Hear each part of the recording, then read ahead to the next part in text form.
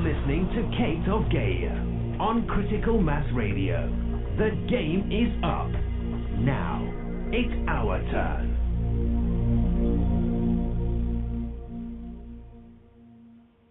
Hey, good evening. Welcome to Outside the Box. Yours truly, Kate of Gaia, here on criticalmassradio.co.uk, coming at you live somewhere in the universe at some time, depending on where and how you look at things. Yeah, it's been a bit of time out and about today in the invisible Catmobile, apparently. Yeah, it's quite funny. The last couple of nights, I got to tell you guys, I lose count, I lose track of how many people, come at me with, this issue or that issue, and I don't know how many times I have to say it. Not your fucking savior, okay? And we each have our own roads and paths to take, and I find it beyond amusing and beyond. I guess it's the perfect mirror of amusing and pain at the same time. Knowing where I've been, what I've experienced, what I've been through, and spending the time, as much time as I can and have,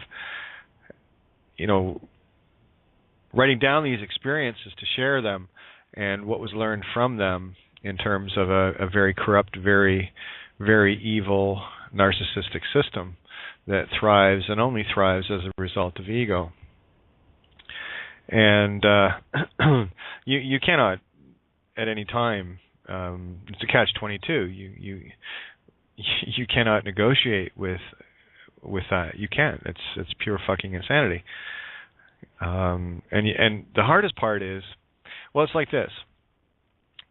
Have you ever said something to someone, or a situation has come up and somebody has the complete wrong idea based on their own experiences, their own insanity, their own mayhem going on inside their minds, where they have decided based on that broken calculator calculation as to exactly what happened, and you know full well the situation from your perspective, and it doesn't even remotely or closely resemble anything that the Jabberwocky flying out of someone else is trying to say.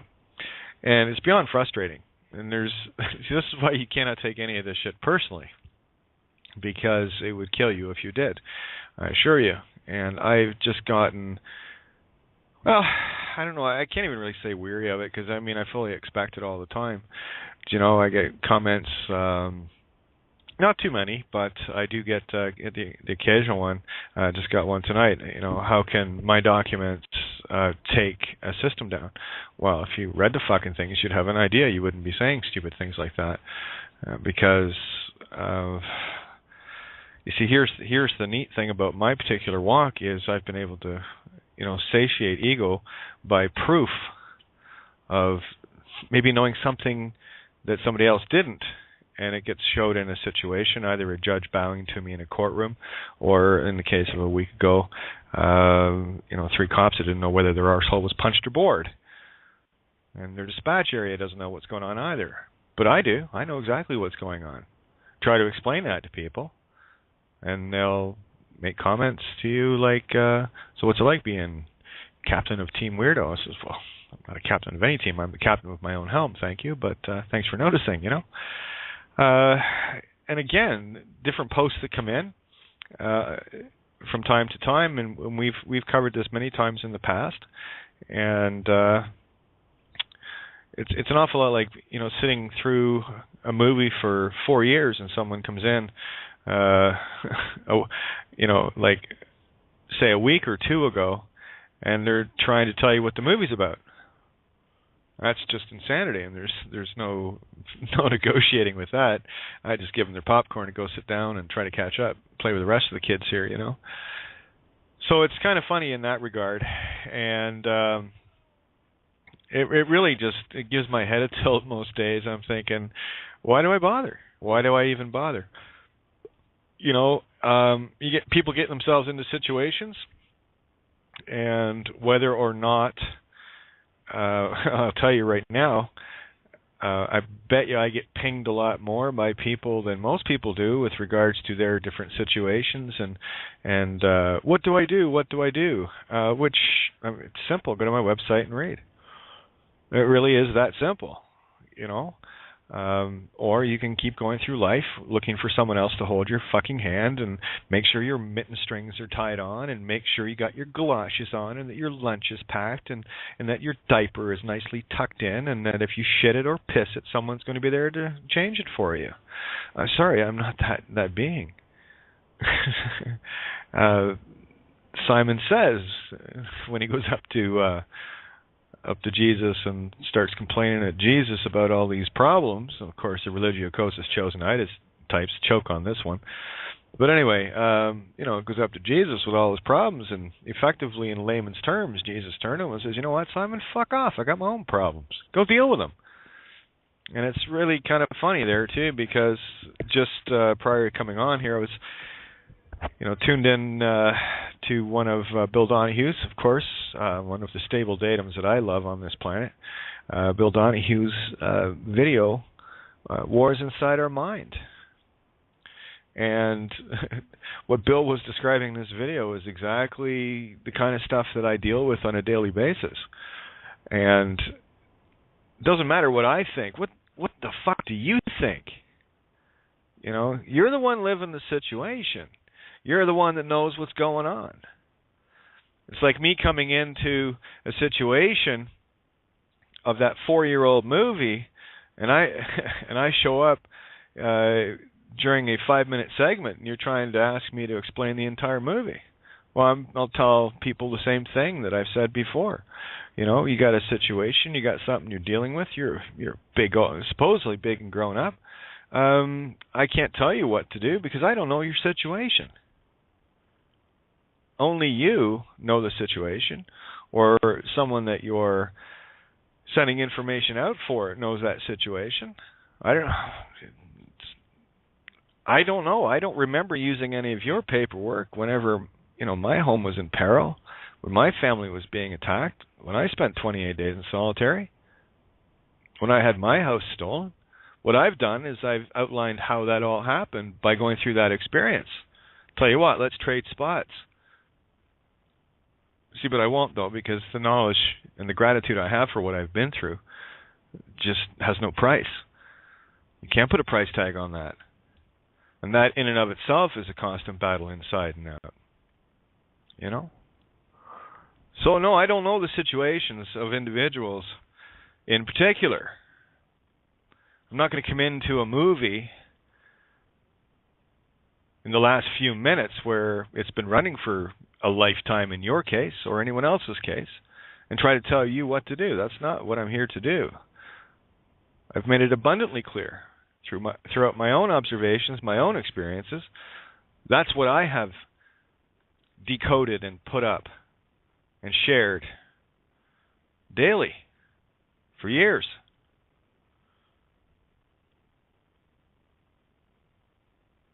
Completely reliant upon the universe.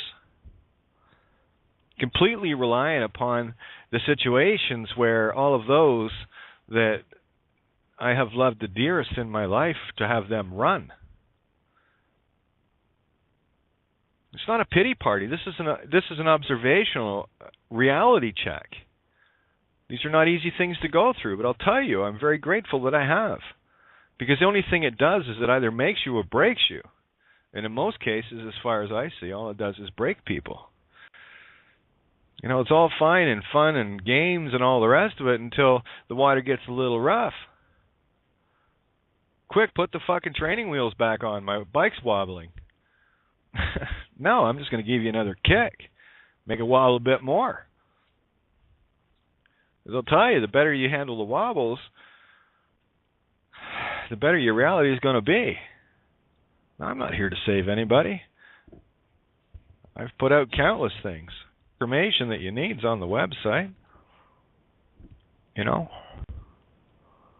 By all means, go through the library and just read the covers. Don't bother to read the books because, well, obviously ego fucking knows it all, right? Don't take 5 minutes to leaf through a book at all. No, be very quick. Come out and make all sorts of egotistical, programmed statements. I mean, Bill had it beautifully nailed in The Wars Inside Our Mind. You know, give you a quick breakdown of one of the things, and this I've talked about the DNA and the aha moments about how to regain that knowledge. You know, he talks about, you know, a man and a woman, 23 chromosomes each come together, and the 46 chromosomes make up the baby that pops out. So there's 23 from each side. And then imagine that 2 sets of those. And then the boy and the girl from both sets of parents get together, and they're bringing their mixed up sets of 23 and 23 each side into that equation. And then keep expanding that out, and you'll start to see, now put that over 1,000 years or say 50 generations, and every bit of aberrated program that went through, getting programmed by the being experiencing that DNA, gets to add their little bit of psychosis to it, and people wonder why they have problems. They wonder why they feel the way they do. Where is this unfounded fear? Well, I'll tell you, it's somewhere in that DNA that got aberrated, got turned off, and it's all based on the ignorance that we as humanity have endured. Some of us have had enough. Some of us took it upon ourselves to say, no, I'm going to fix that calculator. That DNA program that's running right now just isn't working. There's a lot of shit there that was in the program. That's what the ego is. It's not you. That's the program. And you wonder why people wonder why I don't want to engage in that.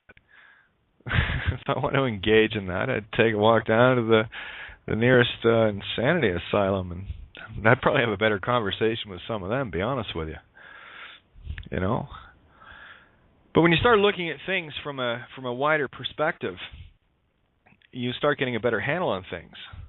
And this is the one thing I will like people like Freud and Jung. You know, these guys were very cutting edge, and a lot of the stuff that they put out later, some pretty far-fetched, crazy stuff, and beautiful at that. But again, system corrupts and turns everything around. You know, so it's either fraud and junk or Freud and Jung. And it is both. We have to be the ones to sort through that and figure out what is truth and what is not. You know? Like, what am I supposed to tell somebody that it gets themselves into a situation? Well, I'll tell you, the only thing I can say is that's an episode of the road. What more can I say? I have no opinion. I'm not walking in your shoes or their shoes or anyone's shoes but my own. That's the only reality I've got. Mine. That's exactly what the teachers were trying to tell everybody as well. They said, it doesn't matter what the group thinks, what do you think? We've gotten caught up in this whole group think, peer pressure. That's all the ego. That is an ego imprinting another ego that says, ooh, that feels good, you know. It's beyond hilarious. You know. It's like someone looking across the counter at me and getting a reaction.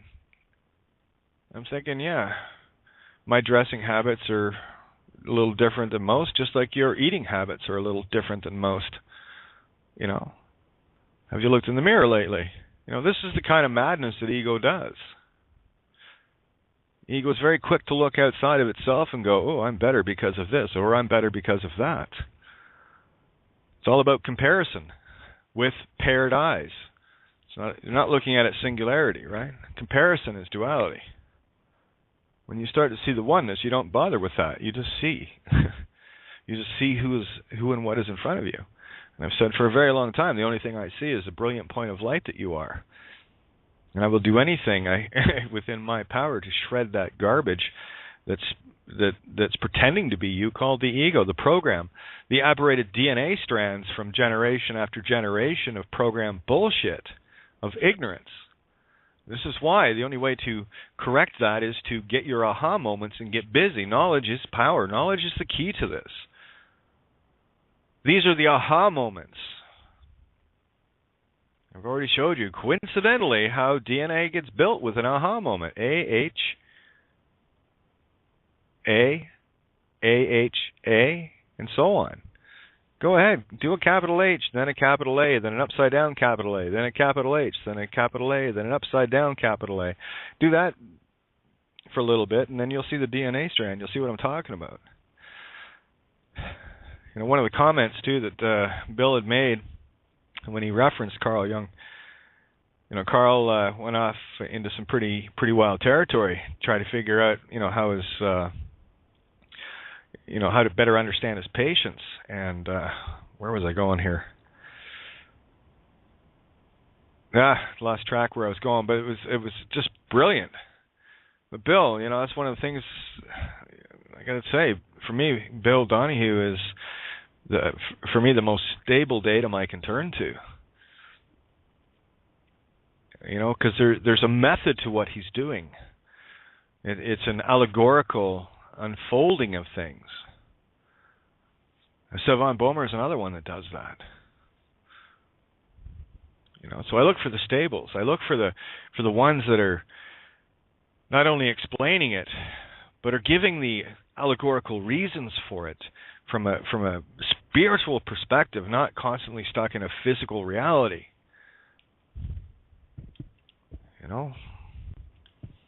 And that's a very difficult perspective to share with people. And you cannot negotiate with anyone that's caught with a program running, with all that busted up garbage fucking DNA turned on. You just can't.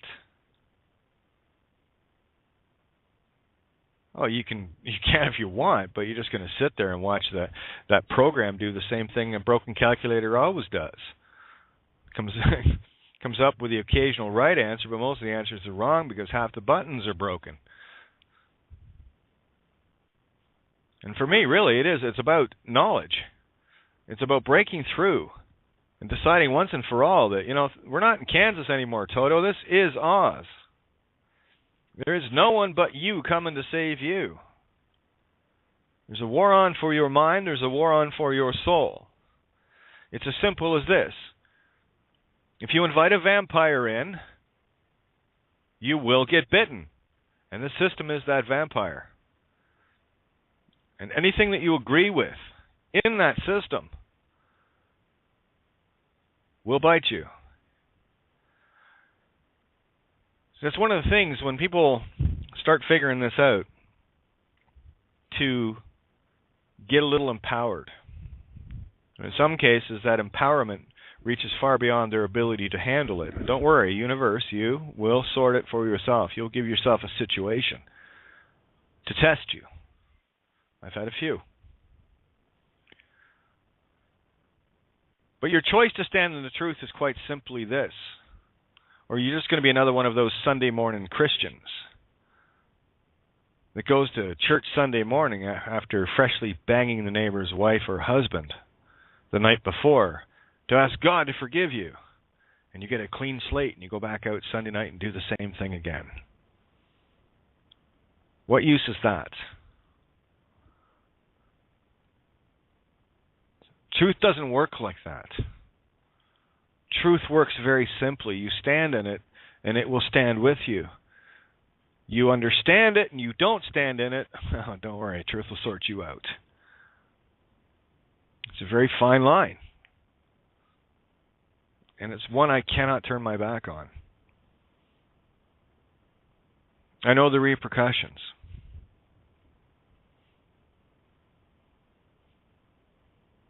I knew the repercussions before I even made my deal. And I knew I was in for one hell of a ride. But I also knew that these deep-grained fears that have been inside me for most of my life are not mine. They are the product of all the imprints, either in this walking reality that I'm walking in, and a whole lot of shit that was added there before that. So it's a matter of taking those things and putting them back into perspective. No, it's not an easy walk. It wasn't meant for the faint of heart nor for the faint of mind. This is not a free man on the land, sovereign citizen, gimme, accepted for value, opt, Nasara, free energy, bullshit physical reality game. Those are the traps and the pitfalls. I don't buy the carrots anymore. And they're doing a lot to try to give these things away. And isn't it funny? It's always those of us in the movement that these things pop up from time to time. Well, not so much with me because universe knows better. But anytime I see this crap, rearing its ugly head, I've watched too many people get roped into this carrot and that carrot, and me standing out and going, I guess I've got to be a cunt yet again. And then I call it out, and I get attacked for it. But, it's like the old thing. The first thing that happens with truth is people fight you for it. And then they ridicule you for it. And then they accept it as self-evident. So each time, at least with me, anytime I found something that went completely contrary to what mainstream or what the New Age or whatever truth movement people were doing, I've always been against the grain with it.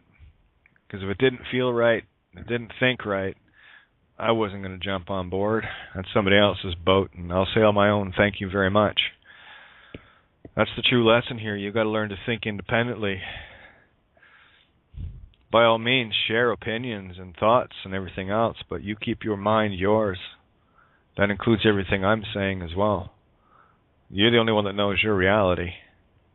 You're me in a different point of you for a reason. It's called experience. Same game, different eyes, different ears. Wouldn't be much fun if we're all playing the same game now, would it? Well, we are playing the same game, but just have different game pieces, that's all. But met some cool people today out and about. And the truth is getting out everywhere, guys. It's really funny, you just have to say one thing and people are going, yeah, this, and where it used to be, you get the little half head tilt. Now it's like they're right in there, wringing their hands going, yeah, what do you got, And then, like I said, I don't have to share a whole lot to get people to go, whoa, and then they go look, and they see it for themselves. And I know a lot of you are doing the same thing, and for that I am eternally grateful. No, I don't know what to say to anybody that's, for me, asking questions that were long ago answered, except to say, go read. Have a look.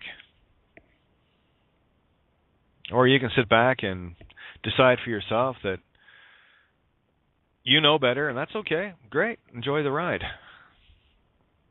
My perspective is a little different in that I know what you're going to get into, and by all means, the merry-go-round, you can keep going around and around until you get it, or you can put down that broken calculator and start getting your own aha moments and rolling up the sleeves like the rest of us and just get into the garden and start planting, start digging, instead of sitting back on a lawn chair with a pina colada trying to cast orders. Yeah, one of the things that Mike Tessarian was talking about, I mentioned this the other night, like anytime anyone went into ancient Ireland, the Danes or whatever, one of the things that they noticed was that there was no slavery. That the freedom of what would be deemed the lowest rank of all was paramount, where freedom was the rule, not the exception. And there was no slavery to be heard of. If you want to get an understanding of what slavery is, well, there's lots of slaves and masters everywhere. Everyone's playing the same game. You might call them an employer with employees. You might call them a corporate board with corporate management with regular managers and staff. That's all slave. Someone's answering to someone else. Someone's giving the order. Someone's on that slave galley calling out the beats per minute for for the galley to ram the next galley. If no one's seen The Meaning of Life, the opening little skit they did with corporate warfare, that's exactly what humanity is all about. You see, most of my life I was, self-employed. I did my own thing. And the only one I really had to answer to was me, because, if the job wasn't done right, I was the one that heard about it. That was it. So it makes you pretty responsible pretty quick, and you make sure the job's done right. And when you spend a lifetime just word of mouth, no advertising at all, didn't need to. I turned away more work than I could take. That used to say a lot for me. And as much as that's one of the jokes of taking on different jobs, where everyone's working towards, longer work, doing the same thing over and over again, the better and faster I got at my job meant I was unemployed faster. Because as soon as the job's done, you're moving on to the next. Didn't know where it was. Like I said, everything always showed up when it needed to, and a lot of times I was turning work away. So that's been kind of my life path too. Same thing with music. I did everything for myself in music. I had people that called themselves managers, but I ended up doing the work anyway. And that was more for me, just needing a crutch. Just someone there. That was it. Just to bounce ideas off. That was all. Because I'll tell you, the people that stepped into that role at any given time were just looking to parasite. And that's been the story throughout. That's the common theme throughout my entire life. As soon as I was not effective for somebody's benefit or ego any longer, I just became garbage. And that's been playing out quite a bit. So I don't play that game. And I do know this. It's not my loss. It's not my loss. This whole game will try to convince you that somehow you've done something wrong by wanting to do the right things for people. Somehow you've done something wrong for putting yourself out for other people. The list is long. I'll probably end up just doing a nice big write-up on it and, calling some people and some things out and let them have a look at their own mirrors. See how much they like those.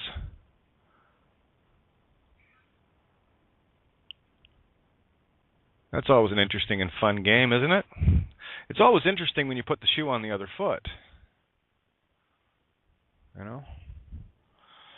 But anyway, bottom line is simple. The stuff I talk about works. It's no ifs, ands, buts about it. I don't know how much, I've said this before, I don't know how much more I have to do to show this. And it's as simple as stand in the truth. It's going to scare the bejesus out of you, but that's the program bits in the DNA that you need to fix. How the fuck are you going to fix them if you're not looking at the problem? Your windshield wipers aren't working, so what do? Inflate the fucking tires? No, fix the wipers. But I don't want to. I can put air in it. Just fix the wipers. Just fix them. And then when you fix them, you go, wow, look how clear my windshield is now. And it wasn't so bad. It wasn't so hard. For me to sit and try to explain the spiritual ramifications of what I'm sharing here and the experience that I have daily, knowing this, just knowing this, it's so simple. And then why do people get themselves in situations? Well, it's because there's something they still need to adjust. They still haven't looked at their windshield wipers. They're still inflating the tire. And it's funny, I've met a lot of people, newer people in the last, 4 or 5 months. And, you guys weren't there when, like I said, I was trying to fend off an entire system by taking the whole thing on to begin with.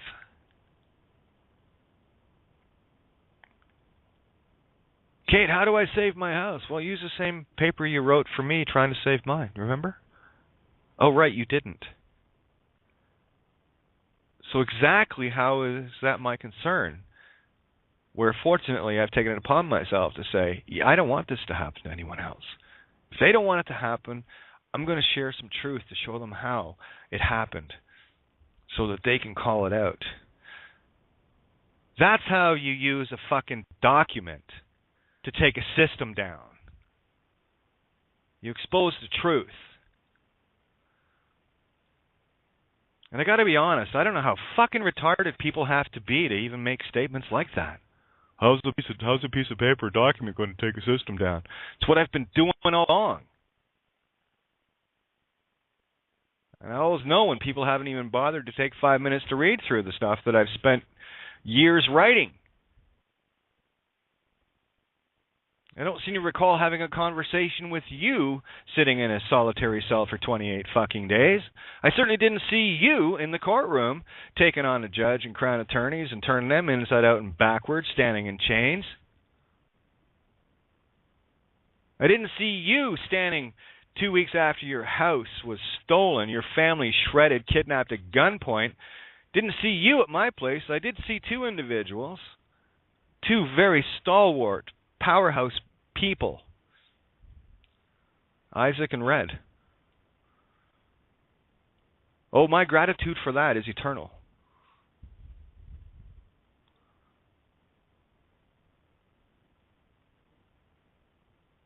Two people.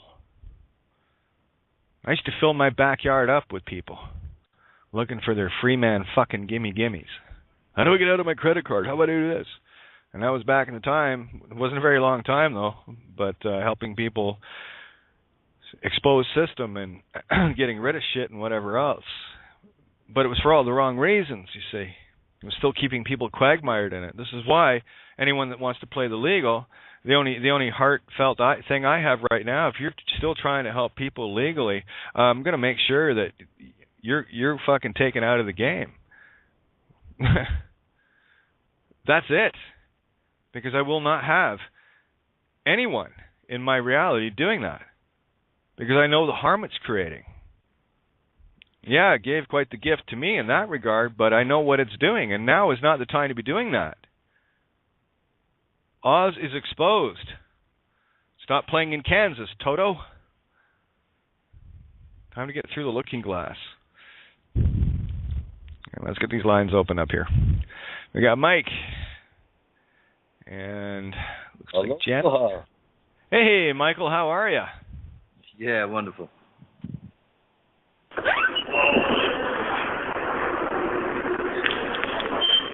Must be Barb. 301. Hey, yeah. Janet. I got Janet in here as well. And Mystified. Hey, kid. So, yeah, Kate, you're right there. Hey, kid. You said something right in the beginning in any document. I'm like, Kate's got a lot of writings. Everyone's writings, because when you read it, it's yours. Now it's yours. Put some intent in it. For me, Kate, even myself, haven't gone through all of them. And I know that if I'm feeling any confusion or questions, well, I can tune into them and get some clarity. And for people seeking some clarity about a document and anything, read Merry-Go-Round and get off of it. Yeah. Simple right there. That just is, there's another one where you just brought it home, showed it as it is, and because you're showing yourself, Kate, thanks for sharing that with us also. And it's beautiful. Another perspective. Here it is clear.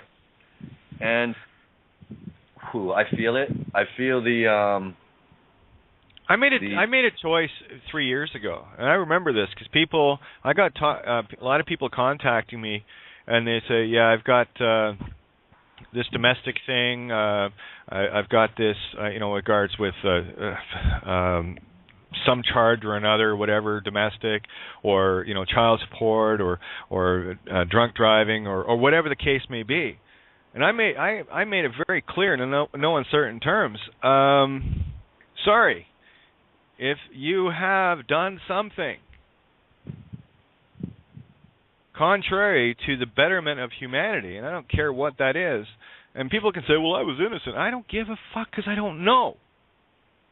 That's what I'm saying. I don't know the situation. I'm only hearing one side of the story. How about I talk to the other side? How about I get that DUI reading, that breathalyzer? How about I get that child abuse report? How about I get that skipping out on your kids and all the rest of this shit? How about I get all of that from the other side? How would that balance it out for you better? So I made it very clear to myself, there's no fucking way I'm going to step into that. Ever. You're Kate, on your own. Kate, I just got to remind you. What did you lose? Everything. What did you gain? Everything. Yep. It's like people want to pick you up, Kate, and use you as a shield. Oh yeah, the Savior program. I've been through it. I mean, I've been through it too many times, and I, you know, every one of them will fucking deny it. But I'll tell you, in every case, I the authority.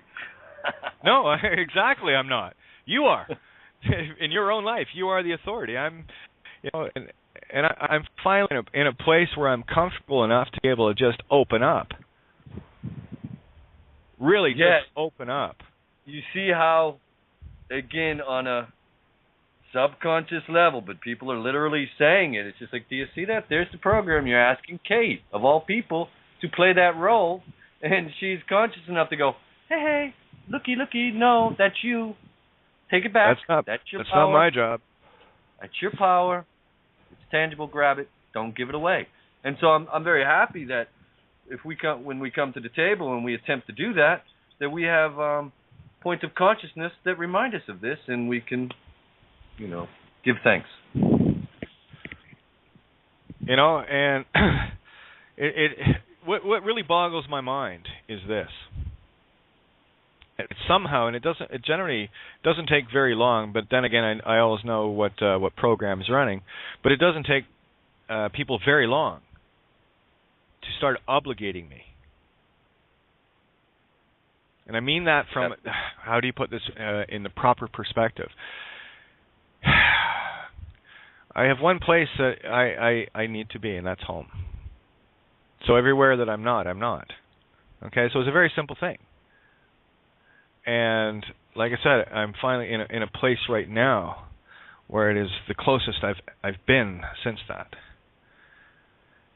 And the clarity that I get with that, just that alone, and the peace that comes with that, I have no words for it. And I'm going to go back over the last couple of years of the people that always had an obligation, while at the time claiming to, well, aren't I helping you? Are you? I'm out about 1.3, and I really don't want to be here. Are you helping me? Kate, I know. So when you're talking about somebody wanting to save their house, I'm like, Kate doesn't have a house now. Kate lost her bank account. And, well, for me, as you said, we've just tuned into each other again, Kate. And I was on the planet, so I'm responsible in a way that I wish I could have. No, but your timing's perfect. Again, this is a perfect mirror at the same time, because the minute you can see it from that perspective, you get it. So there's no further explanation required, because what you do at that time is you put yourself in those shoes and go, yeah, I'm going to have a look at it from that point of view. Oh, fuck, that would suck. And, oh, wow, but look what's being shared. So you can see the gratitude mirror in this. I can. It's really clear. You know, if these were all the things that I had to go through to get here, holy shit. Like one of the videos, Bill said, we got to be grateful for Pontius Pilate. We have to be grateful for the guy that knocked the nails into the cross with this proverbial Jesus on it. Because without them, that whole allegory of the save yourself wouldn't be played out. So this is why I am eternally grateful for all of those that have come against me, that they may experience the same crucifixion to get the same truth. Yes. Yeah, that's it. It's a catch-22, but it's perfect. And there's no vengeance in it. It's just pure golden mean. It is just pure golden rule. That which you have wished upon another, you have wished upon yourself. It was my wish to awaken. It It was my wish to save myself. And I accept all things in that process. And those that came into my life in that process that have given me enough of the contrast from their evil intentions, whether they thought they were or not, they will get to experience it from this perspective in the mirror when they're ready for it. And unfortunately, you're never ready for it. That's the joy of this game. Okay, here it is coming clear. Most of what people are describing to me is they're operating in the synthetic universe from the operating system of fear. It's this clear. We can hide it behind all sorts of things, but on a very base level, there it is. Here it is. And what more can I say? Quit playing in that world. It's really not of the living. And inside that program, well, a lot of shit's going to come your way. And here's a question for you guys. How many radio hosts do you know on the air right now that have completely held at bay the entire system while on the air in a handful of sentences? How many? Well, none confronted as such, Kate. Like, look it straight in the face and say hello. I do. Because I'm not in fear. Fear is surrounding truth. And when you're trying to get to the truth, you think it's this fearful thing. No, knock out the cloud of fear around it, and this truth is all here. And I'm grateful because I don't hear many others, Kate, or any others. It's generally, they're not getting to the heart of the matter, the heart of what is, dancing around some outside source of salvation and some old system program of we're going to turn this thing around. And I'm like, you've read the same books I did. You smoked the same stuff. You breathe the same air. It's... Well, let's bring back the humor in it, Kate. Otherwise, I'm going to look at... Oh, yeah. That's all it is, right? That was one of the things I wanted to bring up with Carl Jung, on the other side, literally talking with the dead or other entities.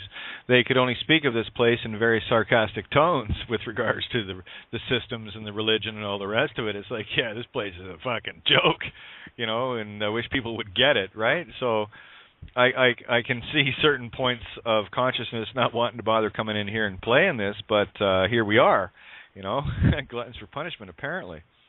But yeah, get the humor back in it, and again, it is beyond silly when you start really seeing the tricks that are going on here.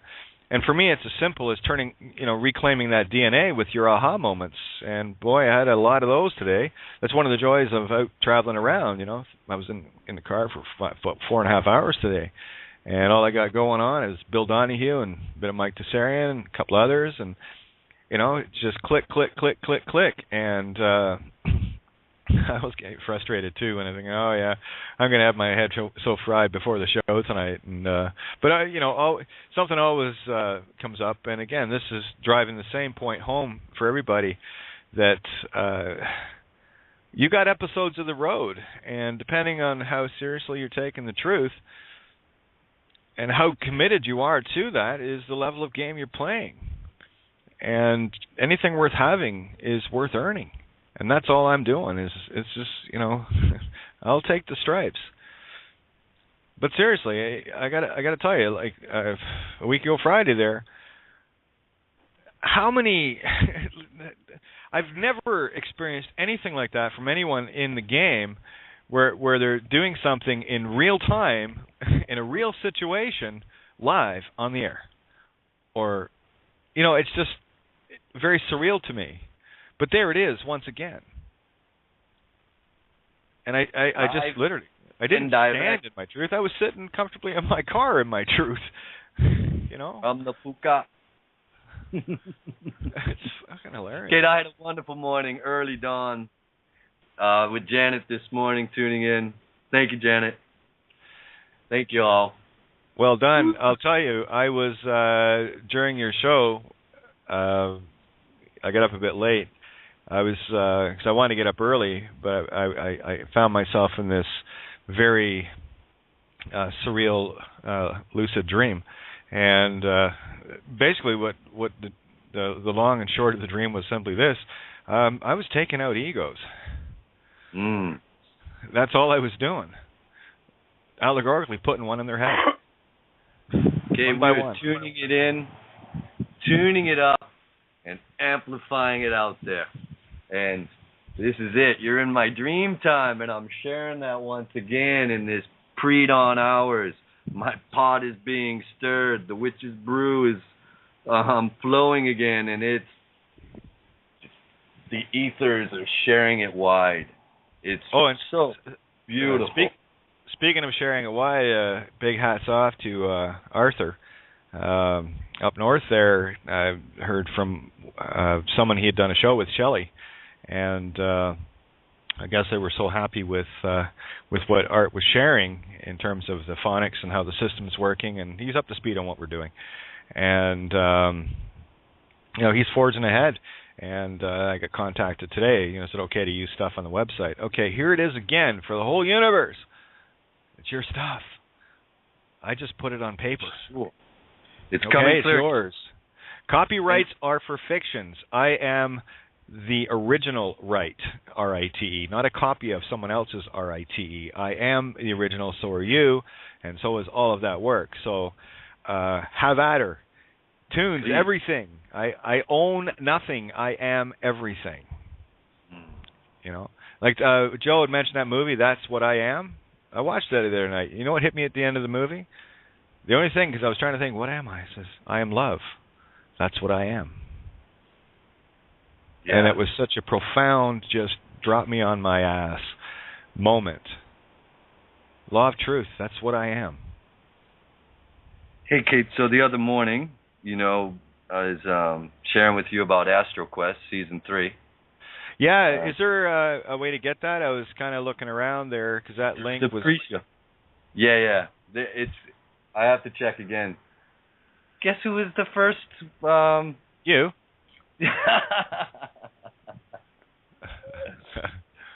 Yeah, it was quite cool, man. We tuned it up with Seven, man, and our hearts are like, boom, boom, and he's like, I said it to him, and he's just like, yeah, man, I'm feeling it. Sivan, Mark Passio, all of them. They're just everybody's on fire, and this is the effect that we're all having with each other, and the more we all stand independently in our own experience, in our own truth, and seeing how it all matches up with everyone else's, that's what's resonating. It's when you get it for yourself, and then you find someone else that gets it for themselves, and you're getting it the same way. That makes it pure. That's your truth. So you're doing it alone, but you're doing it alone together with others that get that same truth. Truth simply is. There are no requirements to believe it, and ego will fight tooth and nail because whatever is not comfortable, ego does not like. That's a fact. Period. Hello, Keith. Hey, how are you? I'm doing very good. I gotta say, you're one very brave individual to do what you've done. Most people, even when they do get it, they're just too afraid because they have property, they don't want to lose it, and they would rather. Me too. Yep, I get it. I so get it. That's why it's so painful for me, because I do get it. I lived it, and that's not something I want someone else to experience. And all I'm asking for people to do is to simply get this. It's all spiritual contracting. And once you break that and you stand in the truth in that regard, that's the golden rule. That's what holds you safe. That's it. I was sharing with my dad. Quit looking on the physical. Get this on a spiritual level. Get this up here, in here. And then you won't worry about your property. We're beyond all that anyways once you get this. Yeah, that is the next stage people have to get through is after they get how the system works, to muster up the courage to basically tell it to go fuck itself and stand in their truth. I've had the nights of shaking in fear. I've had the nights of crying myself to sleep. I've had the nights after everything went down of wondering where the fuck is everybody, and I've lived those moments of terror, sheer utter terror. I know what they feel like. They're not nice. It is my wish Yes. that others don't have to experience that if they don't want to. So the choice is, do you want it or not? And if you do want it, you want to experience that, then do not read anything I've got. If you don't want to experience that and you want to find the path home, it's not saying it's making it any easier, because there's still things that each individual has to work through on their own. But I'll tell you, it's a lot easier getting onto Interstate 60 when you have some fucking directions to get there. And that's all I'm offering, is a direction to that road. And you are so right. The fear is the only thing that keeps people from that. And the ego, that's where the ego lives. And that's all of the DNA aberrations that I've been speaking of. That's where the fear is. It's not you and the spirit. The spirit is immortal. So, well, I kind of think some of the fear is part of the control mechanism. It's intentionally used to manipulate people. Absolutely. That's it in a nutshell. That's the program that has been so well manipulated and is keeping people in that comfort zone. You hit it right on the nail, right in the head. I'm going to hire you for the next crucifixion. You're good with a nail and a hammer. I went a couple weeks ago to court with a friend of mine who understands all this, but when the judge threatened, if you don't claim the name, I'm going to have you arrested right on the spot and thrown in jail. So they buckled and said, okay, that's who I am, because they didn't want to go to jail. And that's a bluff. It's a total bluff, because without the name, see, here's the problem with court. If you're in a court, you're already in a spiritual contract because something has brought you there. Mm-hmm. Right? Do you see the spiritual nature of that? If you're there, then you are the name, and there's no two ways about it. There's no way you can get out of it. That's it. They'll come and pick you up anyway if you don't show up. Well, see, that's if you don't know who you are and you haven't broken those spiritual contracts. And I'm going to go back to the Friday night. There I was, sitting all by myself. One car in a parking lot, a couple of cruisers, 3 cops, and all the rest of it. I did not yield. Well, that's the difference. There it is in a nutshell, Kate. You did not yield right in that moment. You did not expand this into some court case down the road. No. You held your ground, dealt with it right then and there. I'm not in your jurisdiction. Have a nice night. This is what people got to remember. All you got to do, all you got to do in their game is utter the name. That's it. Yeah. You create any joinder, that armor palette's opened up, and you're in the book of the dead. Mm-hmm. Remember, it's the voice that gives the power, not the writing. The writing is the effect. It is the intent that is proven when you speak. So my intent is pure, and it comes out pure, and it takes that 3 1/4 inch galv, and it puts 1 in each hand and 2 through the feet of anyone that wants to try to trespass on that. I will crucify you. Yeah, it's not a bluff.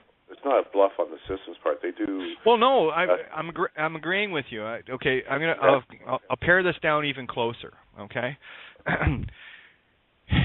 it's not a bluff if you are the name. Because in that case, your friend that was in court was the name, so it wasn't a bluff. Go back to the Judge Bows to Sovereign Day. That was 3 years ago. This guy threatened all over the place, but even then I knew I wasn't the name. And I made it very clear. It was just one name, and that could have been anyone. Right? So there was enough of that separation, but remember, a lot of the layers 3 years ago weren't peeled off as they are now. Everyone right now is walking in. If they're going to a court, they're going in naked. This spiritual contract is busted, and they are walking into some dangerous territory. There is no need to go into a court. Naked. You might as well walk in naked. You might as well pick up some handcuffs on your way, and pick out the colors for your cell. And all the rest of it, because that's literally where we're at. You see, the closer you get to the end of this game, the easier the dominoes fall. And right now, we're knocking these over with feathers. And vice versa. They're going to knock ours back with feathers too, but unfortunately for them, mine is 20 miles thick. You're not knocking it over. It's 20 miles high and 20 miles deep. You want a cube? There's your box. Try to knock that puppy over. Right. I heard a good one today. Yeah. Putin calls Obama and says, knock, knock. And he says, who's there? He says, Crimea. Crimea who? Crimea River. Heard that one coming. Yeah, it's funny. Crimea has been a very interesting pawn throughout history. But, go ahead, Michael. No, it's just... It's again this, whether it's, I brought up something earlier today and I'm glad you made a joke of it. But somebody started telling me about what they heard on the news, and I quickly shut it down. And it's my reminder of the courts or anything legal. Most of our days, and I'll say most of my days, I have 0% to do with any of that. I don't have any court cases. I don't have any tickets. And I think most of us don't, or even if we do, well, it's not today. So it's not in your actuality right now. And in this, if you're focusing on these issues, these things, really, I'm quite curious, well, how you get that hook in you, because there's so much else to focus on, to give your attention to look at, to observe, that really how much of your day really needs to deal with any legal bullshit or world shite that's been piled on your imagination. Do you really need to give yourself attention to? Really, zero. But we blow this up. We blow this up like this government and make it like it's our whole world, like this religion, it's our whole world, like this courts, it's our whole world. Really, it's so minuscule. And when you realize that, then you see the power of your imagination to tune into the world you really live in. Okay, there is an email I do want to share with you guys, and again, I don't like mentioning names, and that's one of the reasons why anytime I talk about situations that people may find themselves in a legal sense, I will speak general of them. I'm not about to make specifics on it. I can't, because it's so general. It applies to all. So but I want to share this because these are the kind of things that come in, and the individual that wrote this will know who wrote it. And I just wanted to share this about someone's experience and someone's path, choices that they've made. And I want you to tell me at the end of this. I'll tell you that I'll be responding to this. When I read it this morning, I didn't have time to respond to it this morning, but it was on my list of things to reply to. But let me share it on the air with you guys, just to show you the impact that we as a collective make. Again, anytime something's addressed to me, it's addressed to all. And you need to know that, because this is a team effort. It's collective. Right? This is the effect we're all doing. So put on your shiny gold caps. So, hi, everybody. It says hi, Kate, but I'll make it clearer. Hi, everybody. I just wanted to say thank you in the best way that I can. You have made such a huge impact on my life in more ways than one. I often wonder, if I knew back then what I know today, would I have made the same choices I have? But life's that way. We get it when we get it. No need to cry over spilled milk. Many a times while tuning into your talks, it's almost as if what you're saying is directed to me, and only me. And I'm sure this is the case with many of us. Some nights I wanted to cry out in frustration, and some nights I did. A lot of us here grew up in Christian homes, yearning to see the day that we could put all that shit behind us, and I know I did. To walk a path of our own choosing. But everywhere we turned, it surrounded us. Some of us learn from others' trials, and some of us experience it hands-on. I want to share something with you, and I'll be very brief. Back in 2010, while being on maternity leave for almost a year and facing the upcoming day that I was scheduled to return to my job, I knew there was no way I was going back. I've held down jobs in the past just to survive, and often walked away when that sense of ownership reared its ugly head. But my last job was tugging at me in a fierce way. So prior to being at home in 2010 for 2 years, I worked at a place called René Goupy Jesuits. Now, it's funny, one of the schools that I was part of servicing was St. René Goupy. Yeah, just a coincidence, right? Anyway, it's a retirement home for priests, deacons, and the like. Basically a place where they lived out their last days. I got to witness firsthand the day in the life of a priest. As most of them could no longer care for themselves, you can only imagine what my job entailed, from an easy task like feeding to as far as dressing those alive and those that passed on. It is during my time at that retirement home that my eyes began to open. Without a doubt, 2010 was a turning point in my life, but I had no compass. As it was nearing time for me to make a decision, I decided to return to college instead. I needed to prove something to myself, I guess, and so I went back to study law. Religion to me was a hoax, so I walked through the doors of its counterpart, the legal system. It was 1 month into my studies that I realized I had made the biggest mistake ever. Different cover, but same shit. It was after the intros and legal jargon was laid out before me that I knew there was no way I could enter this field. But I was a single parent, and I had taken out a student loan, and I had responsibilities that came in like clockwork every month. So I made the decision to hang in there. In 2012, after sitting a 3.5-hour exam, I came home and bawled my eyes out, so relieved that it was over. I graduated and became a member of a society, but never entered the field. I got so much slack from people I knew, and the little contact that I had with any family slowly dissipated. I could not explain to them in a way that would make sense why I could not pursue a legal career. In their eyes, I became a loser overnight. I have so much unopened mail from this place that I have been putting to the side, not wanting to face it or deal with it. And after listening to you, especially those nights when you zoomed in on legal issues, I would often stop breathing. I knew what I had to do, and have known for quite some time, but just didn't want to deal with it. I knew it was time for me to sever the cord once and for all. Although I'm not in the field, I'm still in the database. If you go on the site looking for legal representation, my name is in the directory with a status of suspended administratively. Last week I finally got the nerve to contact them to surrender my license. I was told it takes approximately 2 months to process, and maybe shorter since I do not have accounts to dissolve. I'd like to say that a weight has been lifted off my shoulders, but it's not the case.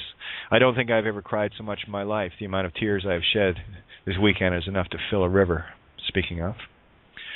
Who knows what tomorrow may bring, but I am forever grateful for today and that day that I stumbled on one of your videos. I know you don't need to hear that you are bringing down the walls because it is so evident, but thank you for making mine seem attainable. Sincerely. And this is what we do here, guys. Okay? And every word that's in this are the same words that I lived myself. So I know exactly what she's talking about. From a completely different perspective, I knew that making the mortgage payment was pure fraud. I couldn't do it anymore. Gut-wrenching. Bank accounts, all of these things I had already gotten rid of before they came and raided my home. I had already done all of these things, so I knew step by step that excruciating pain of getting rid of the possessions and relying only upon that which I had spent a lifetime gathering up, which is long gone now. But I knew when I made my choice to do this, the infinite soul, there was no comparison to the physical lifetime. And I got to tell you, if it only takes one lifetime to solve this, we're getting off cheap. So it's just a matter of getting busy, you know. And here's an individual that got busy. I know many of you are. That was such a beautiful letter, and yeah, really, thank you, and really, mirror for her, and coming and thank you for sharing her letter, Kate, because we got much gratitude to express for her also. Exactly. That's why I share these, because this is the team effort. This is what we do together. This is what the captains of Team Weirdo do. Right, I've got a hypothetical scenario for you, Kate, right? Okay. The Kate in the Judge Bows video, right, goes to court, right? The Kate from now is opposing her, right? And the Kate in 10 years' time is the judge. Who would win? Yeah, you know, that's the irony. What I should do is set up free-man courts and have them walk in, and as soon as they open their mouth, 30-day psych eval. And that's all I do all day until they finally figured out that they better not step foot in there.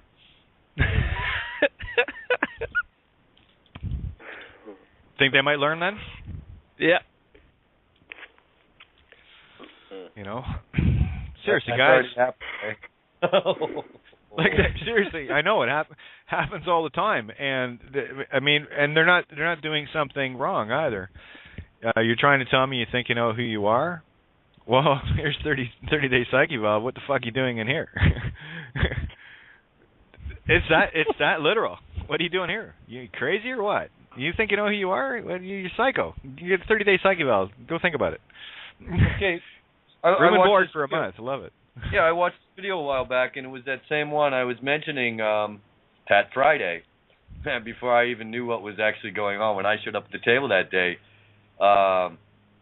they disappeared. And then I started telling this other story. But like the second after the, watch this, people. After they asked the name, Kate, did they ask you, have you ever taken any psychedelic drugs or anything like that? No. Because what they're doing is trying to trap you into that one you just said. I'll arrest you and give you 30 days psych. You don't even have to go to court. The police will try and pull that one on your ass. When you play with assholes. Ooh. Well, again, and the tricks are there, and it really is. Are you going to cave into someone else's request, order, demand? Because if you do, you're granting them authority. You're now at effect to their cause. I will not be at effect to anyone's cause but my own. It's like the cop. Well, your gas tank's leaking. You should get out and have a look. No, sorry. That's you trying to direct my life here. Fuck you. I already know. I already looked. I already told you that. No, I was underneath the car that morning. I was getting the brakes looked at. I checked the tank myself. No, I know what's going on. I need a tank. It's all right. It's up. It's a high leak. It's no big deal. It doesn't leak unless the tank's full. It's okay. But look at the trick. Michael Cesarian, I haven't, man, this guy's got a breadth of knowledge. Done many different subjects. Just go to his website and you'll see, I don't know, at least 5 or 6 different areas of... Can you imagine Mike Cesarian playing with Phoenician right now? The guy's right on the ball here. He's just, this is what I'm getting. Can you imagine? Holy shit, the guy would go on fire. Yeah. And this is where I'm looking when quite a few people on this planet shift their attention from whatever global currency, la-di-di-da, whatever alien salvation, and also looking at how we've been fucked over in the past, and go, wait a second, what's the true imagining dream we're putting into play now? Wow. That's so true. I feel it. And this is all it's taken. Again, we just came through Passover, right? So the lamb, we've eaten of the body, the truth, and we've drank of the blood, the truth, right? Through the Passover. That's the equinox. And what we're experiencing right now are the fruition, the seeds that have been so carefully nurtured throughout a long winter that have been planted are coming to fruit. Oh, this is going to be a year like no other. Come on, we got everything falling down. We got to get up. Hey, am I unmuted, Kate? Jesus. Of course you are. Oh, I am. Yeah. Yeah. Oh, I thought I might have heard the unmute thing. Yeah, that was beautiful. I meant to comment there the day that I was cracking up when you at the beginning of the show when you go on and when you said that we're holding a straight flush and they got a busted straight draw, yeah, or something like that, and that's exactly what it is, And the thing that just dawned on me too was this whole concept, this reprogramming and rewiring this DNA strand is when the concept, when these conscious beings entertain the idea of ownership, will claim, like I claim this place. You know what I'm saying?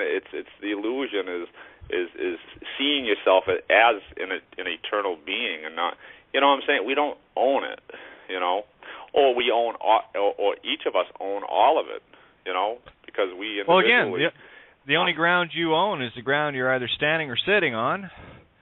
Yeah, that's what needs. That's what's being rewired. What more do you need? Like you said, yeah, the ego is not liking that because it's used to that idea, that concept, right? It's a commerce program. Yeah, it's a commerce program that has been so ingrained, and that's exactly what commerce is. It's a slave system where you have an employee, then you have a manager, then you have the owner, then you have governments over them, and you have have a look at it. Look at a major corporation. How many layers of slavery and management goes on, right? Even the lower managers are slaves to the upper managers. The upper managers are slaves to the executive management. The executive management are slaves to the owners. The owners are slave to the system, crown, government, whatever. Right? It is a oligarchical hierarchy, slave, feudal system. Right. That's what this is. Yep. They're all slaves. There's no, and see, that's what you're getting at, Kate. What I see, and this is what it is that they think there's this small elite group and they're control. Well, no, it's us.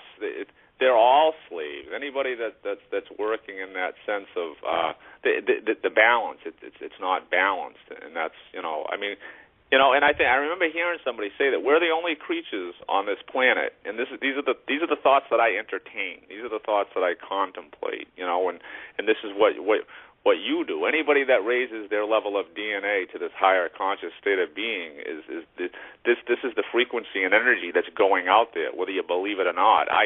We know it, and this is what's reaching people, and it's that we're the only creatures on this planet that pay to live in the very place that we exist. Yeah, I've said many times, the squirrels living in my roof, I didn't have any armor pallet for them, and getting there, I want 7.4 acorns per month alongside 3 pine cones, not that I would ever get it. It's this concept of making a living. Here's a question for you guys. Here's a question. You can't make a living. It's an oxymoron. It is. You are living. Get over it. Did anyone that's on the table right now, you guys happen to watch the movie Branded? I got it written down. I'm gonna get it. Yep, that and yeah.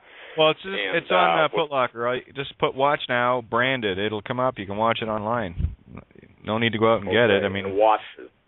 Yeah, and just watch it. Watch this character, the main character, and what he experiences, where what he is seeing is the unseen. And he realized the true power of suggestion. He works for an ad firm, of course, right? So the allegory of the overall duping of mankind is played out in this movie brilliantly.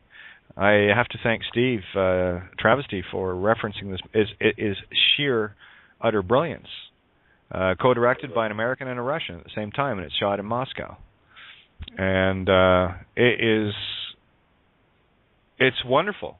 And you will see every facet of your life as you will be this main character. Those that are awake will be this main character, and you will see. And all of a sudden you'll realize that, the things that you see that are unseen they're just not there in the physical sense. But you will see it, and what happens with him is he can see the desires of the ego literally growing out of people's necks in the form of creatures. It's brilliant. Branded. Wow. Or you can pronounce it Brain Dead. Oh, Brain Dead. I've seen it, Kate. Branded. Like logo. Branded. Mm-hmm. And, well, there's Lewis. It's brilliant. Well, Logos goes right back to Lewis or Lou, which is that goes back to the Irish again. Again, watch the Irish origins of civilization. Mike Tessarian does some brilliant etymology work. I just put what he's done in my own mind. I put it on, never mind steroids, but I tell you, the dots connecting with just listening to a literal barrage of etymology and historical tie-ins and everything else, I couldn't keep up. And it was just aha after aha and connect after connect. So I think watching those videos, I probably built about 3 miles worth of DNA chain. It showed quite nicely the origin of the advertising and the business model and the mind control. Really, that. Yeah. And at the very end, I don't care about entertainment.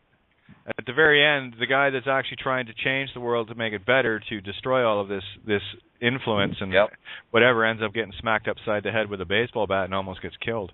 Mm-hmm.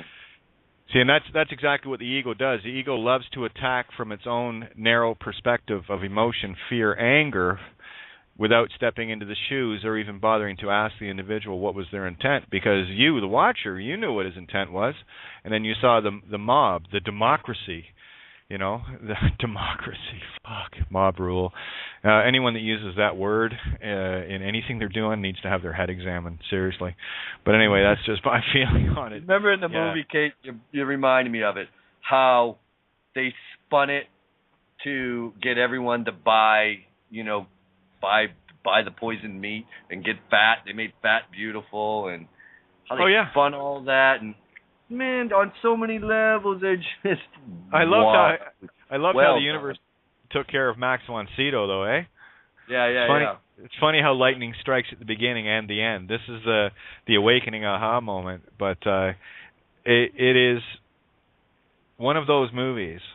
I put right up there with Interstate 60 and Cloud Atlas and a few others, but it really, if you want to see the world working, Branded is the movie to watch. It's perfect, and that it brings in the total spiritual, seeing the unseen, while this thing is being played out in front of you, and when you're looking at it from the allegorical, like we do at this table, anagogic, you see so deep into the psyche of the mind, and then the notions of the DNA we're building our DNA really sinks in. It really starts to go, okay.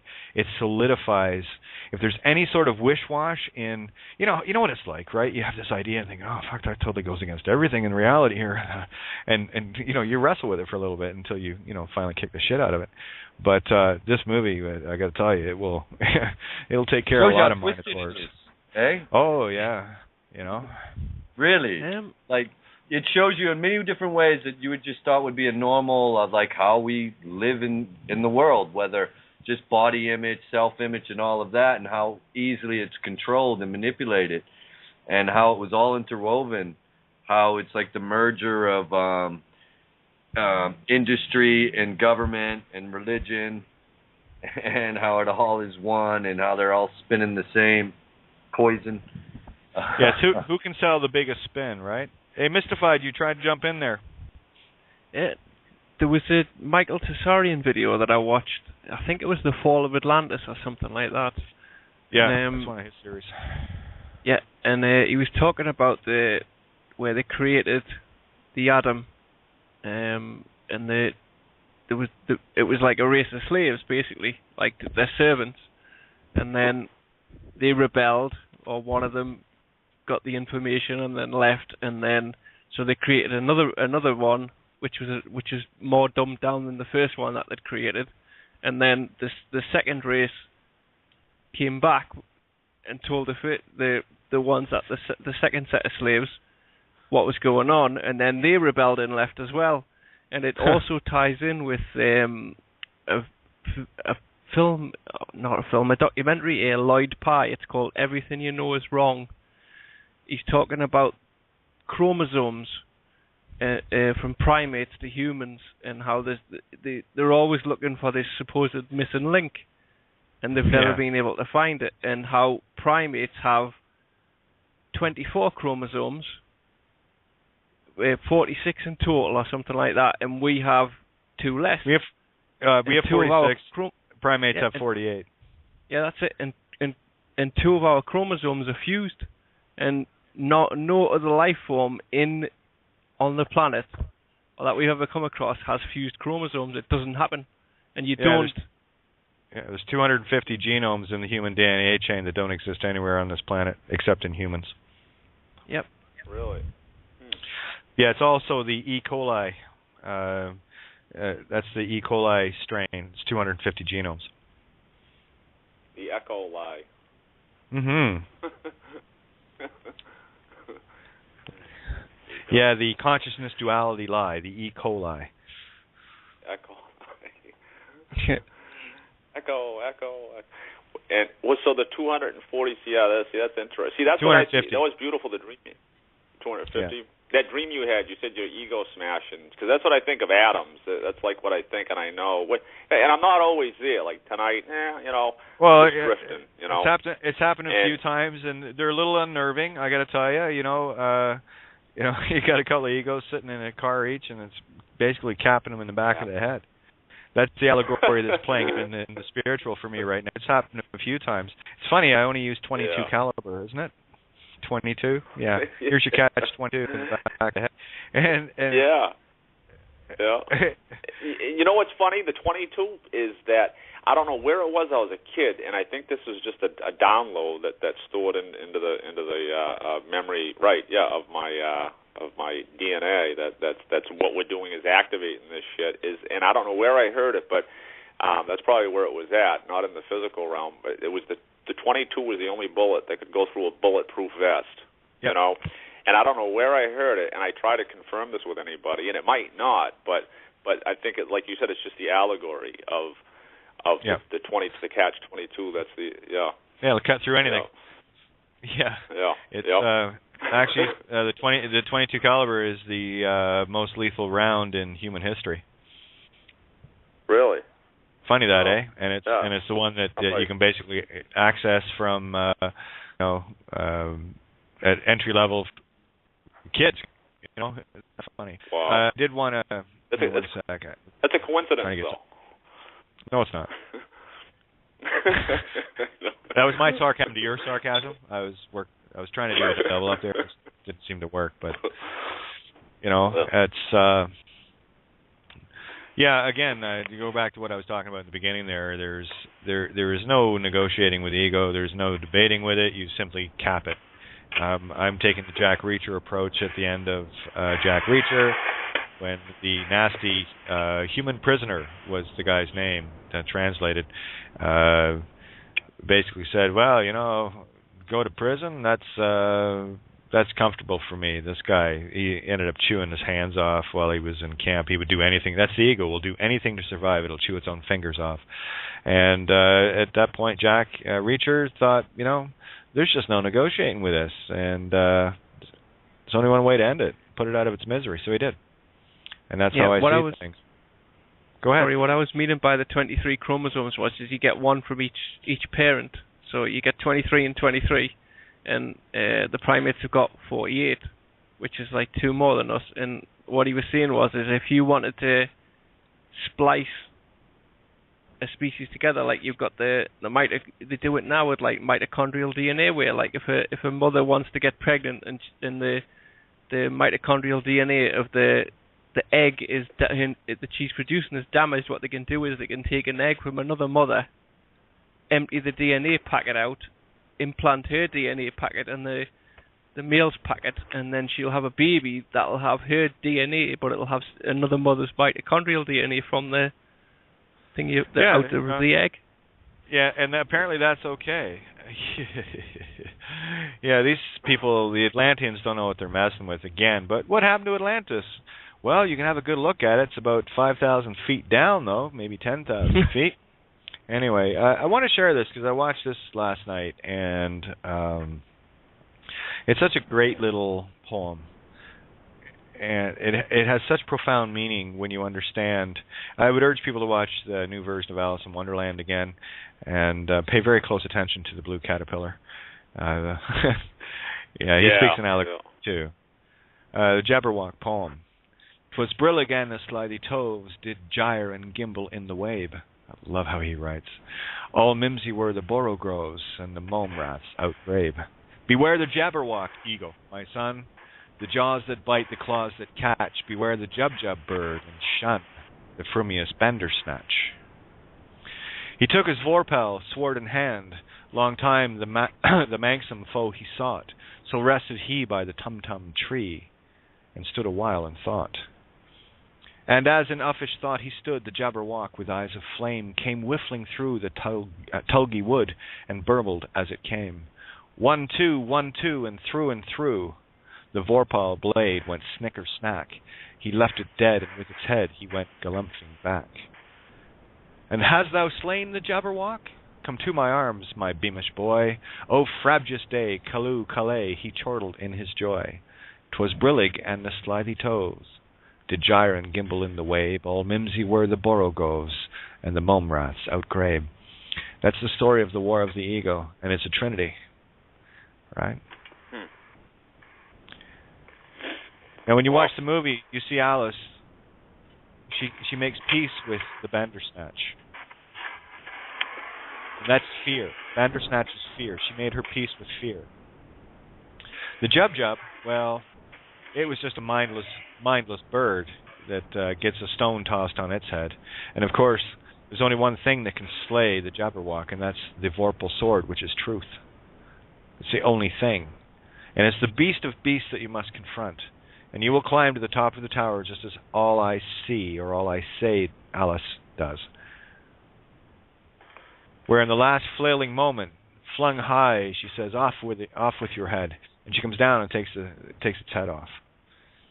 And at that time, the Red Queen, the emotions, the anger, the fear, the lust, the greed, is left standing powerless. And of course, her servant, the werewolf, all those that serve the system, well, he got to spend eternity with her.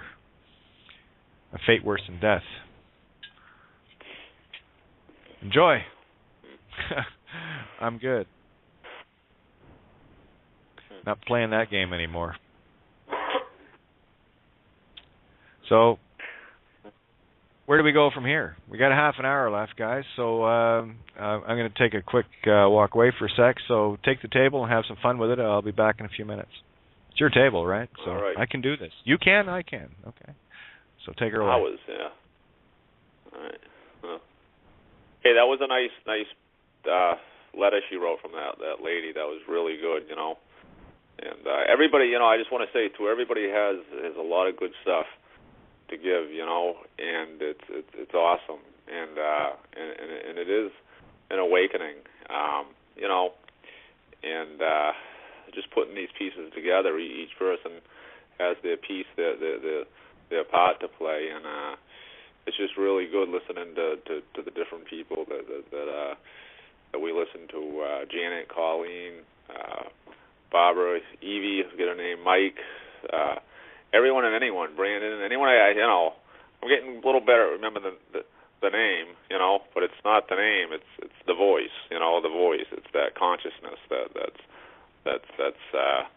that's important, you know, and so it's just this is a great game, you know. I would not have wanted to be here to play this game. This is beautiful, you know. And what else are we going to do? We're eternal, right? Is anyone there? Am I talking to them? Hello. Who's there? Who goes there? This is Michael in Richmond Hill, Ontario, Canada. How are you? Hey. Oh, hey, what's up, Mike? Hey, who's the other guy's name? Who's the other guy with the accent? No. That's you. The one that Me? was talking about the DNA. Yeah, Mystified. Steve, take your pick. Mystified. All right. Yeah. I was just refilling the electronic cigarette when you were talking, saying there's nobody. Then I was trying to hit the unmute button as I was trying to finish filling it up. That sounds like a good idea. I'm going to smoke myself. That's good stuff. Yeah. Have you guys been watching the stars lately? This blood moon coming up. Oh, yeah? Yeah. I didn't know there was one. I was just out looking at one there. It was blinking. I noticed that they're blinking a lot. Yeah. It falls exactly on Passover, this April 14th. And just today, Israel announced that they're withdrawing all their ambassadors from all their consulates in 102 countries, and they told them all come home. Really? Yep. And that's very. yeah. Right. You know the story of the blood moon tetrad? No. I'd like to hear it. Okay. There'll be 4 blood moons, 2 in 2014, 2 in 2015. They fall exactly on Passover and the Feast of Trumpets. And in the last 1,000 years, it's only happened 3 times. And each time it happened, it involved a major event with the Jewish race. First was in 1492. They got slaughtered, and then Columbus found America. So what happens is at the front end, something bad, and at the back end, something good. The second time was the 6-Day War. The bad part was they got attacked. The next good thing that happened was they recaptured all of Jerusalem. And I'm sorry, that was the third time. The second time was the Holocaust in 1945.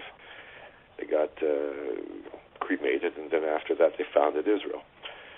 So, speaking with rabbis, they're expecting 2014 to be a very bad year, and 2015 to be a very good year. So that's supposed to happen in the next couple of weeks. And so I was just paying attention, and I'm watching all the world events, and they seem to be lining up. NASA's going to be shutting down all their live feeds from the space station. Israel's recalling all their ambassadors, all this bullshit in the Crimea. So it's sort of like I have a sixth sense something's going to go down, but I can't say what. Something maybe with the economy, something with you can speculate all you want, but that's the story. If you want to find out I'll more, share on it. I like how George shares about it, and he calls it, and a few other people call it, cosmic deception. And what they're feeling, here's just three that he throws out there that he feels, if we can say the synthetic universe, the distortion, the program that in the Matrix that they could run. One, like what you're saying, what's going down over there in the Middle East area, that there could be, well, there's a lot of Christians been praying for the second coming of Jesus, whether it's the Antichrist or the true Lord himself. Two is we're going to have finally contact or disclosure with our so-called space brothers and sisters, whether it's Pleiadians, Sananda and whatnot. We're going to get the landings, and some of those again might be the false flag ones, and the good ones haven't landed yet. There's even different scenarios on that. And the third one is the technological one they might roll out in terms of and maybe so-called new currency system, but in terms with a lot of new technology running out. Because what is happening, this is certain scenarios that people say might play out. Because what is being shown is the gig is up, the game is over. It's so clear that the fear is not catching us.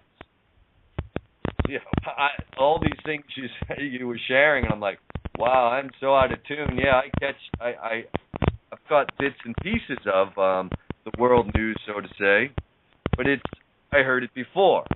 You know what I mean? This is all kind of coming to a culmination because the so-called false flag events, these intimations of a World War III or something, really are not stirring the imaginations of enough people to continue playing the game they've been running, and so they're going to try and up it another level on a cosmic game, some are perceiving. And all of it is just if certain scenarios like that do come about, it's just in one way... well, I'm back. Yeah, Hey, Mike. One of the things that I do, I'm not sure whose mic that is. It might be Mag's. Yeah, one sec, Mag's. Just one sec.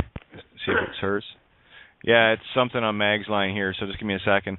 Again, with the scenario, look at things from the allegorical. What is it saying allegorically? Do not look at it literal, or you will create it literal. That's why anytime I speak of any sort of headline, I will share the allegory of what it's trying to say. It's like this whole, to give you an example, the whole Nibiru thing is all about bringing the truth into your own heart. It's a fractal. It's just the larger fractal of the smaller fractal that you're playing with within yourself. Remember, Alice can get all big and all small, right? But she's always the right size. So eat them mushrooms. Yeah, exactly. So it's the allegory of Nibiru is the Ibi-Uru. If you listen to Mike Tessarian's work, you'll understand what Ibi-Uru and Ari. Again, look at Ari land, Ireland. That's the Ari, or the high priest land. Irish, which is the high priest man. Ish is Celtic for man. Okay, so it's Celtic or it might be. Yeah, I think it's Celtic. I thought the word ish meant covenant. That too. Well, man is a covenant, right? That's the M magnetic on, which is the all goddess, right? So it's a covenant, and it is all about the covenant, right? So we're covering the net, right? No, the internet. We're covering. Well, the Okay, surest sign. it's the duality, truth, mind. Co, ve, and ent, right? So it's co, duality, ve, truth. So it's a duality, truth, and making it mine infinitely, ent, mind. So that's what covenant is, and that's the game we're playing. Mm-hmm. So it's about taking that duality and making a singularity out of it. So I can look at Earth and say, maybe it's just a really, really cool idea that we're just not going to fix, because it just doesn't want to. But we'll play it out and we'll see how it goes. But I'm going to see if Mag's line is any better here, because she had her hand up. To get everybody in here. You there, Mags? Well, yeah. The number one evidence that there's alien life out there is that they've made no effort to contact us. Yeah, that's exactly right. Would you? No. I've talked with some people in the past on the show. Back in the doing the UFO shows and health and all the rest of that stuff back in the real literal days, and that was one of the comments that was made. It's like the aliens aren't going to come here. We're a bunch of fucking psychos, right? But again, this is such a wondrous, wondrous place where, in that fluke of creation, here we are. Humanity is the only one that can step across into the state of God. I would say there's a lot of jealousy out there in terms of other life forms. It showed up pretty well in the movie Constantine, where Gabriel at the very end is like pissed. Mankind. What is it that God loves so much about mankind that all you have to do is I forget what the line was, but basically believe and you get to reach God status, and we're stuck still trying to fight for it, right? So it was again, for me that's an ego program. Yeah, pretty funny. The angels have ego. In the TV series Supernatural as well, Lucifer's jealous of man, and that's why you get the fall of angels, and then also the angels are actually jealous of man as well, because they see him as God's favorite. Yep. It's roll the die, baby. Roll the die. Well, maybe you shouldn't have messed with the DNA, huh? That's how it works. Do we have Kevin in the call here? Mags, I'm going to have to mute you out, hon, because there's something wrong with the connection. That clicking's driving me nuts, and I'm sure it's driving everybody else nuts. Also, another TV series where it goes kind of on that subject is Stargate. SG-1, where you've got like the Asgard, where they're clones of clones of clones of clones of copies of copies of copies, and they have a problem with replicating machines that they can't deal with, and they have to go to the humans to get help to destroy these things because they can't think like us. Isn't it funny? Asgard is the Scandinavian version of heaven where Odin lives. It all ties together so neatly. Sorry, what did you say, Kate? Asgard. That's the kingdom where Odin and Thor and Loki and all the rest of them supposedly live, right? So, yeah, it's definitely a game of mice and men. Yes. I'd be embarrassed if aliens came here. What would they say? Oh, your entire species is in debt for a couple quadrillion quadlus to itself. Therefore, I know, it's crazy. Well, here's the thing, but I Mike. don't believe that shit. Well, here's the thing. Well, let's look at it from the cosmic joke perspective. Listen and say, no, hey guys, over here. No, they're all fucking nuts here. You got anywhere we can go? You got any handy tools here to take out some of this nonsense? Yeah? Okay, well, let's get to it and get rid of the garbage. Listen, it's abundantly clear to me that humanity's in for a very rude awakening very soon. And those that are ready will be fine, and those that aren't, reboot.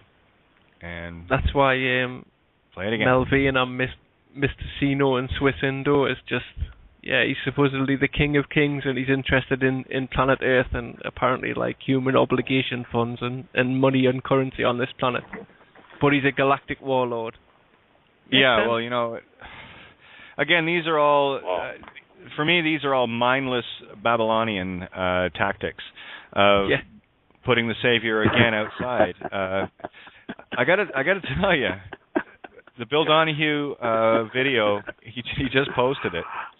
What is it called again? Wars Inside Our Mind, and the other one that I watched, listened to today is The Unknown Easter Tale. Watch those puppies back to back, and you'll see just how closely it fits in with right now. And these were done, 10, 15 years ago, right? But for me, there's only now. How does it apply now? Because it's telling me and talking to me right now. I listen to everything now. That's a really hard one to explain to people. You know, do you ever find yourself talking to yourself sometimes? Of course you do. And only the same people do. Always. Right? Always, yeah. Okay, so that's what the whole world is to me. It's me talking to me all the time. Yep. You're doing all right, me. Doing all right. You know, we're doing just fine. The kids are all right, you know? And again, it's like... Hey, you know what's funny? Those alien, like when I was out the other day, when I saw that Sphinx. Is that Bob? Yeah. Sounded like a... Hey, how are you? I heard that sigh. I know that sigh anywhere. Yeah. Oh, good darling, Anya. Hey. How's you? Oh, dear. Long time, my friend. Long time. Absolutely. Yeah, I've been really busy. I've been moving house. Moving house, I've moved totally out of headspace and totally into heart space. That was my house move. And, so I've just been settling into my new realm. And, hey, man, the bliss is exponential. And so just being in the now, I'm here right now. And I just want to thank you, Kate, for your contribution in my journey so far. So just wanted to honor that. Well, right back at you. Yeah. I think what Bob's trying to say, everybody, is, Kate, it's a good thing you're a stubborn, cranky bitch. Stay in the course. That's basically all I do. Oh, no, I don't use judgmental statements, Kate. Oh, no, I think that's quite funny, actually. There's nothing judgmental in that. That's a statement of fact, because that's what I am. I'm a cranky, stubborn Irish bitch, and I'm not yielding from the truth. Get over it. Yeah, and I'm really, really happy and really centered in my own truth, you know. So, and for me, that's where my power is, just sitting centered in my truth. And we've had some wild times up here recently. We recently had 2 cyclones try to wipe me out, but hey, that's just Mother Nature getting cranky, I suppose. But it's all good, it's all beautiful. And Barnaby's playing with his toy, you know. Dog is in his heaven, and all is right with my existence.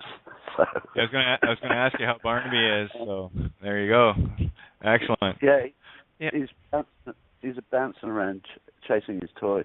That's weird. I seem to have developed, for me, what I call a sixth sense, and it's my sense of noticing. I'm just exploring that as a concept, you know, my concept of tools that I use. And that's just that's a whole new ball game for me. I just love noticing what's unfolding. But don't let me talk forever. I could talk forever. Oh, it's okay. On this because I like it. It's all that there is to me. It's the only reality. Well, you know, I know who I am. And there's nothing that I'm aware of that can actually take that away from me now. And so I feel blessed, grateful, ridiculous, stupid, weird. That's when you know you're on. What you just said there is exactly when you know you're on Interstate 60. You know that nothing can ever take it away, and that's the moment of found the road. Now I just coast, I let OW and Ray and Mr. Cody and all of the characters fulfill the game. Yeah. Do I know what the outcome is? No, but I know it's going to be great. Absolutely. Yeah, well, what really works for me, Kate, because of my sort of mechanical background, is now that I'm totally living in the heart space, and I think I've always known this, is, as I'm hopping and skipping and meandering through my life, I'm presented with stuff and it either resonates or it doesn't. And if it resonates, then I just enfold it into my own truth and my own story. And if it doesn't resonate, well, I just don't go there. So, and since I set my conscious intention of I am here to have a gentle, joyful, and abundant life, I don't have to do anything, okay? I don't have to do anything because life just unfolds in alignment with that intention I set. So life is blissfully simple for me at the moment, absolutely. And it's getting better every day. Every day it's getting a little more gentle, a little more abundant, and a little more joyful. And that's what I am noticing with my noticing. So, Bob, it's funny that happens when you take the time. Go ahead. Oh, Bob, tell them the story about the Jehovah's Witnesses. 13. Sorry, I opened Barb's line I think Kate. It's okay. Sorry about that, guys. That's mystified. Say it again, mystified. The Welsh. I said, tell them the story about the Jehovah's Witnesses. Where did you hear that? Where he gets around. It was when you were on. I used to listen to the Op show, and you phoned up one night, and I think it was on Op or something like that, and you were just tell them it's good. What? Do you guys want to hear the story of the Jehovah's Witnesses? We got, well, hang on. Tell you what, we got just under 10 minutes here. Let me do my shout out, then we can finish off the show with your story. So give me a second here. Just want to say a great big thank you to all you guys that are tuned in and at the table, supporting it in all ways, shapes, and forms.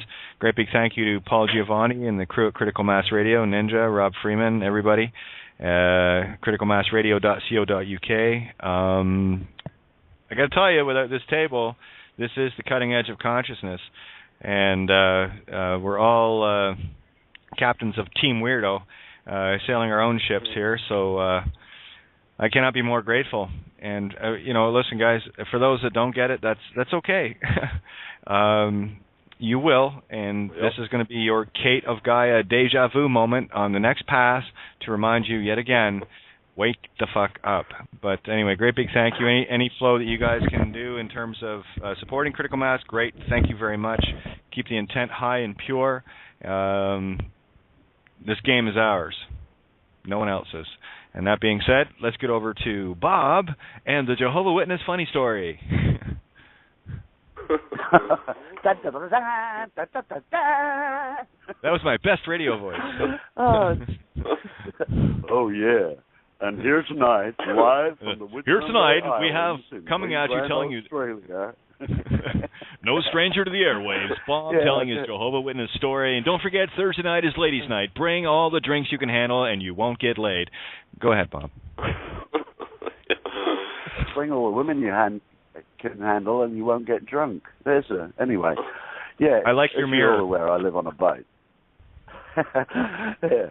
As you're all aware, I live on a boat, and about 6 months ago, and I don't wear clothes on the boat, so I was down below redecorating the head, the toilet, repainting the toilet, So I'm down there, meditating with a paintbrush, and I got more paint on me than... That's the way and that's why I'm naked, because it's easier to get the paint off my body than my clothes. Anyway, I hear from up above, "Ahoy, Fidelio! Ahoy, Fidelio!" So I walk up on deck and picture this, this naked, hairy-ass sailor with a paintbrush in his hand. "Yeah, who are you?" And there was this dinghy alongside with 4 guys and 2 girls in. And I said, "Who are you?" And they said, "Jehovah's Witnesses." And I just stood there and spread my arms and said, "God intended." And they still stayed for about 25 minutes, you know, and we had a great yarn, but I didn't let them tie their vessel to mine. I don't know why. Maybe I do.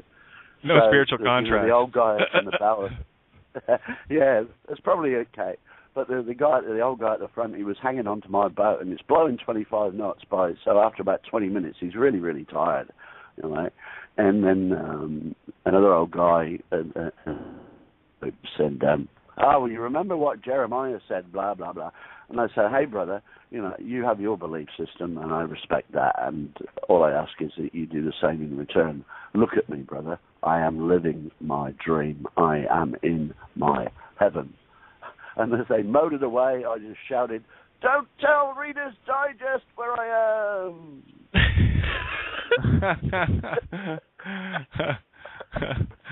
Oh, man. Oh. The lighter side of Oz by Bob. I just admired their thinking, you know, like, who else can we persecute? Let's get out on the water, you know. Hey, I know who Jeremiah was. Oh, dear. He was a bullfrog. Jeremiah was a bullfrog. Yeah. Oh, and by the way, there's a question asked in Alice in Wonderland that I do know the answer to. How is a raven like a writing desk? I'm going to let people think about that. You'll tie it all together, and it all ties together with spiritual contracts and the crown.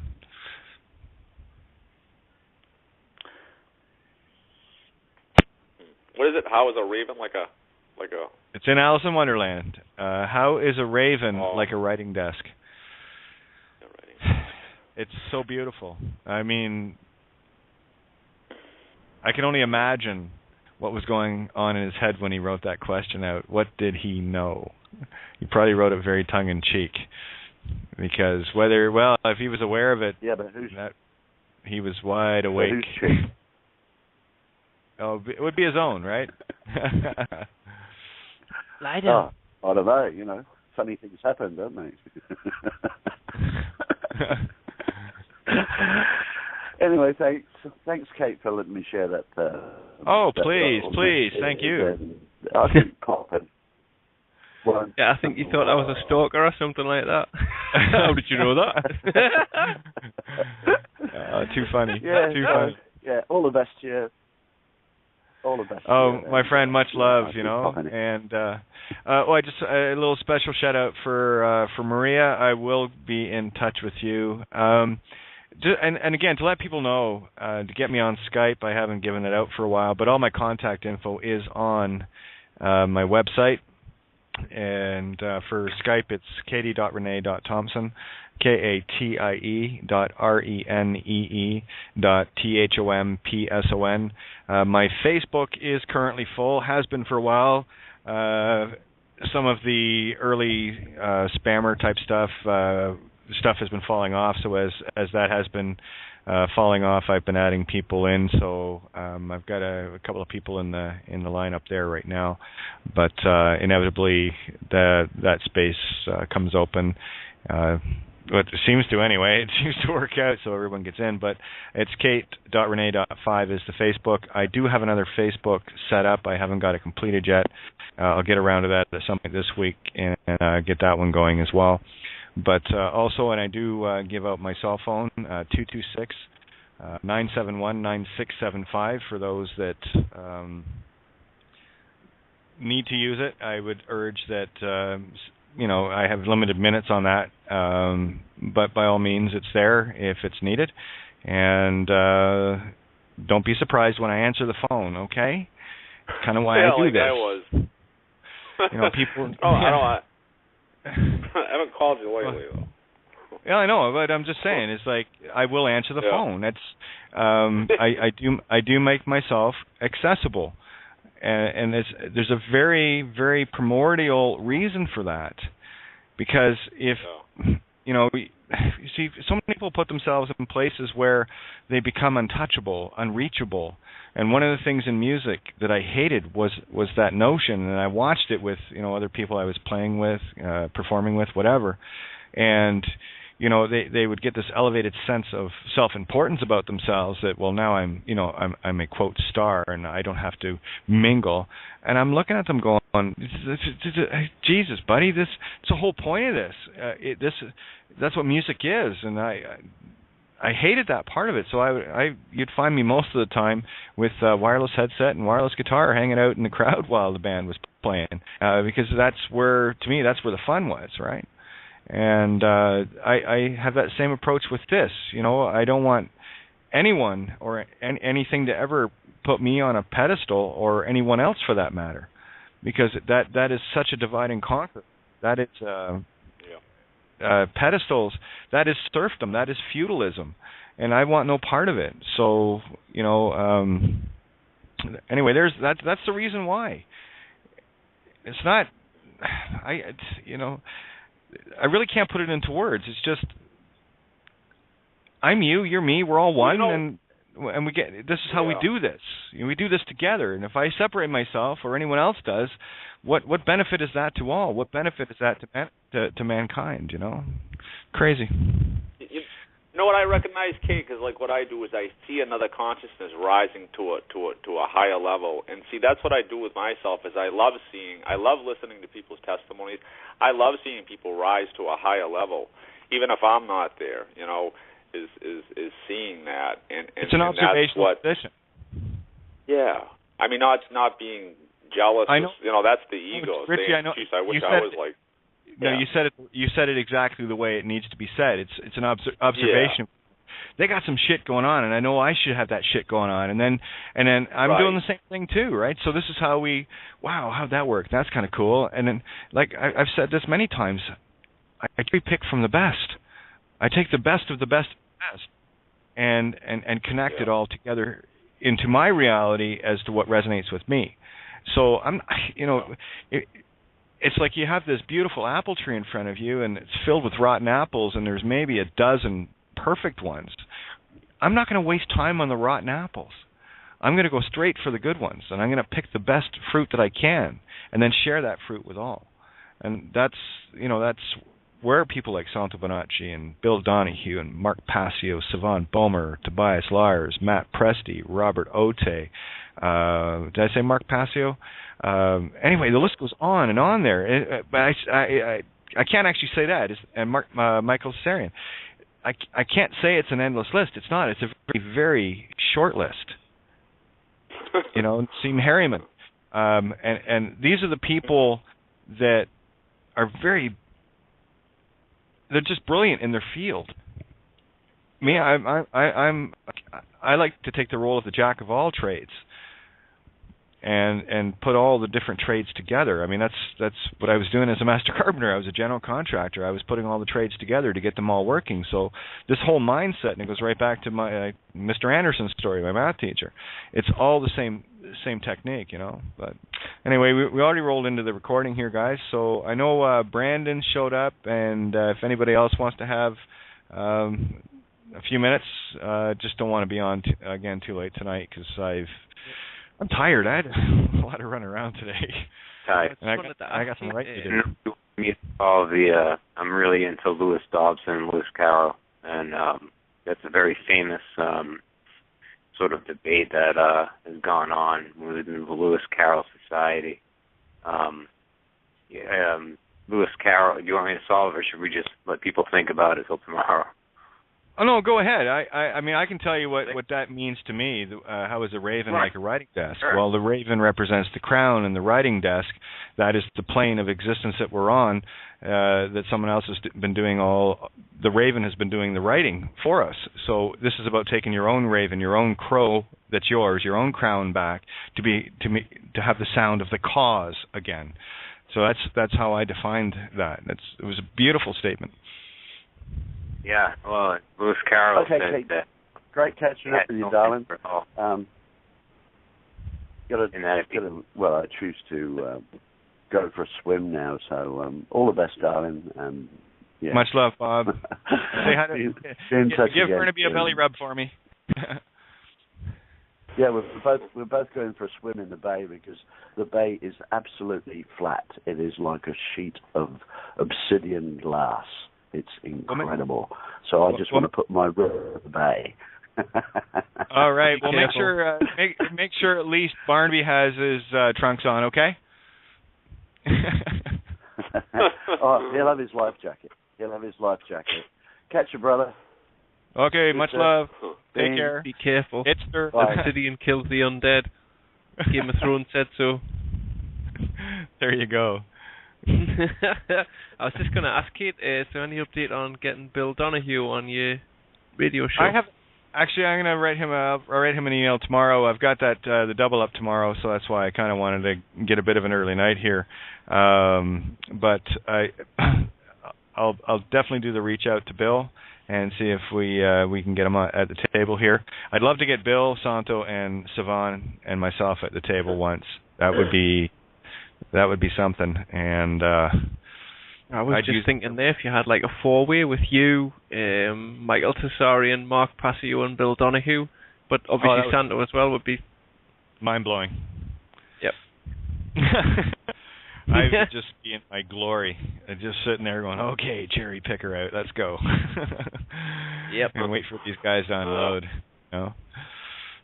But hey, Randy jumped in. You gonna have a little say there, Randy, before we roll out here? I thought I might. How's everyone? Hey, good. How are you? Hey. I'm good. I love you all. This is great. It's been a while for me. I'm just curious because, you know, Kate, I've spoken with you, and I deal with my brother who is so ensconced in 3D that it makes it difficult for me because I'm still contracted. But my plan has yet, and my creation has yet to come through. So I'm curious how others are implementing getting out of Babylon, or you see, becoming Randy, free. You see, here's the magic of you, my friend. This is, whether you see it or not, you've already busted the spiritual contracts because you see it. And what you're doing now is you're standing in the truth and you're maintaining. That's the difference. This is someone that knows what's going on, okay? That knows what's happening, but you're not bowing to the lust of the system. You are subsisting to destroy it. That's the fine line. That's the difference between the guy that goes to church on Sunday morning to get forgiven for all the bullshit that he's just going to keep doing, knowing full well he's doing it and enjoying it. Whereas you are the one that comes to the table every night, let's say, whatever, and you find the truth and then you stand in it and you adjust your psyche accordingly. You're doing only what you have to do. This is the difference. You're not doing it because it's comfortable. You're not doing it for these reasons. Like you're one. No, everyone knows it right. At times clearly not comfortable. You get the spiritual contract nature of it. So the strings are cut. Yeah. And you're walking that. And this is what I'm talking about. You're a prime example of what I talk about, Randy. And I've talked to you many times, and I've heard the frustrations, and hopefully I get it through this time that stay the course. You're walking it perfectly. You're breaking the contracts in the mind and in the heart. You're having no agreement with it, and then you can stand your ground. You can do what I did on Friday night, no question. Done. Oh, I know that. And I have told myself that time and time again. And by the way, that was beautiful. That was wonderful. Okay. Well, that's why you showed up, because you give me the perfect mirror of exactly what I was talking about earlier, as a living, walking example of someone that could be sitting in a car seat on Friday night where I was, and the same damn thing would have happened. True.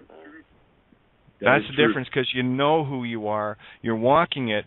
You're not caught. And I've had this conversation with a lot of people. You know, how do I get out? And I can see the frustration, but they're already out. They're out in their minds and in their hearts. Now, just walk the course and do what you need to do. You are not serving the system anymore. You are serving all. There's a difference. True. Huge difference. Yeah, I guess what it is in hearing your words, what helps me realize is that when my brother's talking to me and he's complaining about this tax and this payment to this whatever entity, whatever, I have to just be quiet and go, yeah, that's too bad. Yeah, that's too bad. See, that's the joy. That's the joy and the pain of me watching others. I can see when people are actually living it, and they're not even aware that the spiritual contracts are broken, and they're still beating themselves up for it. Don't. It's the ones that are still lusting in the system and claiming to be all this and that, but the motivation is for self-gratification, self-aggrandizement, and those are easy to spot, and it always shows up immediately with ego, always.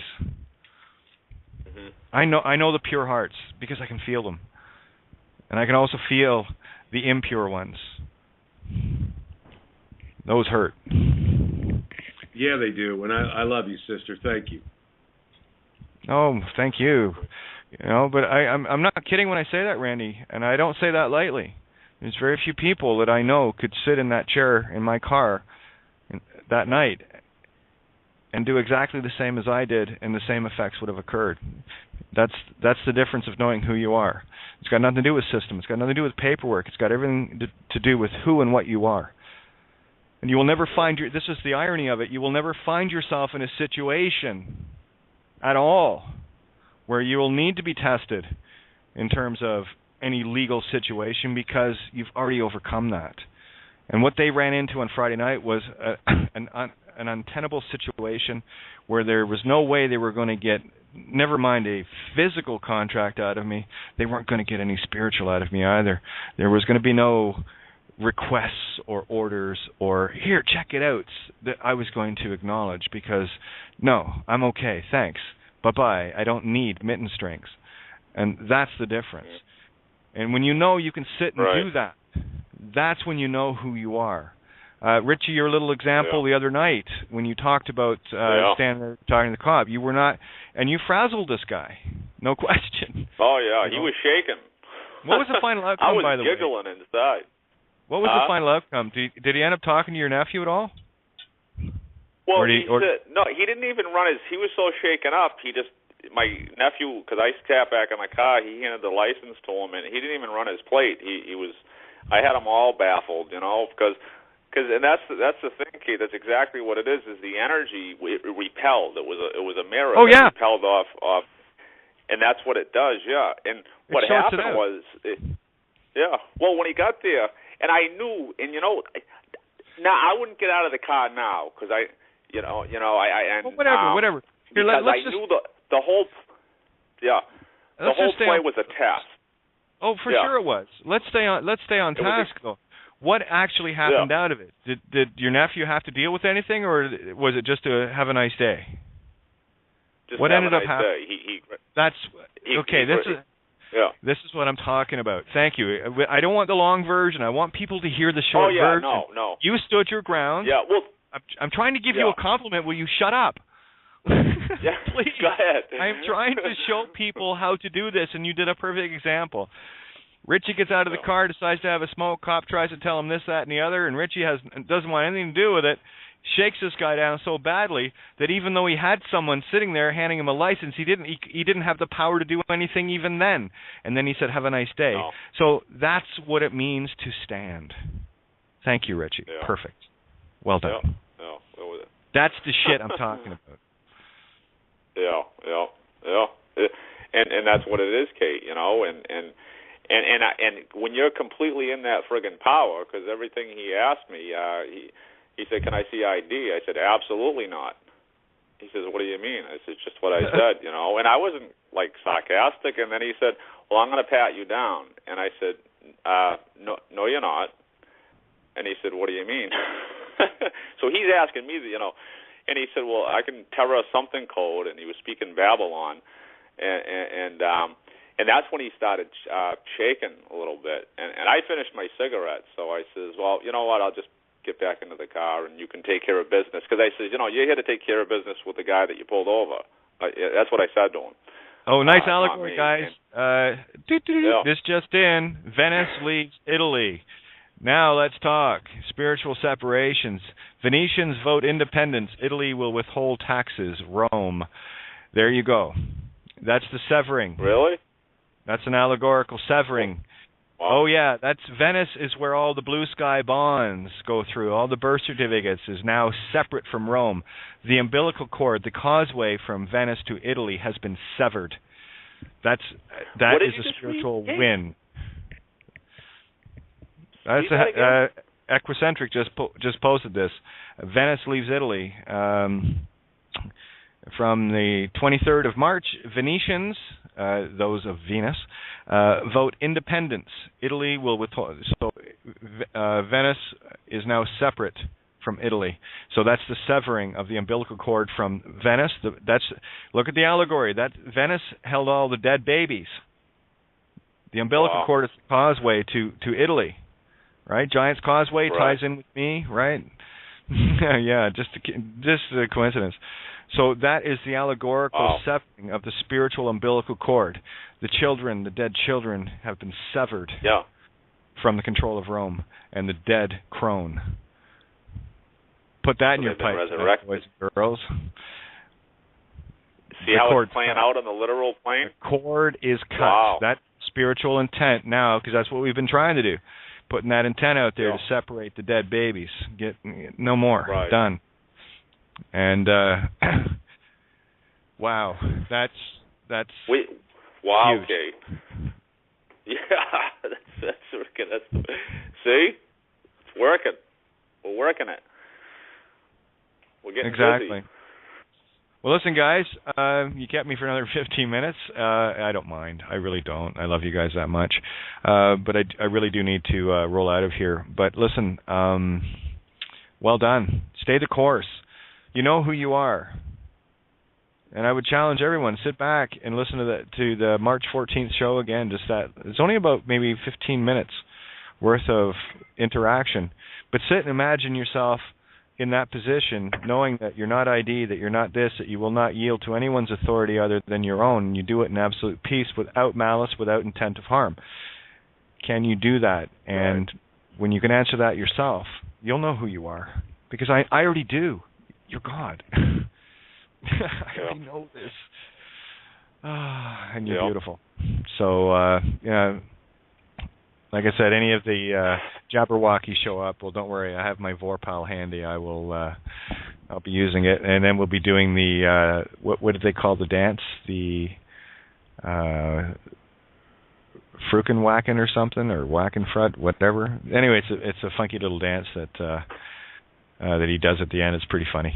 Anyway, any last thoughts tonight, guys, before we roll out of here? I got to double up tomorrow, so have at her.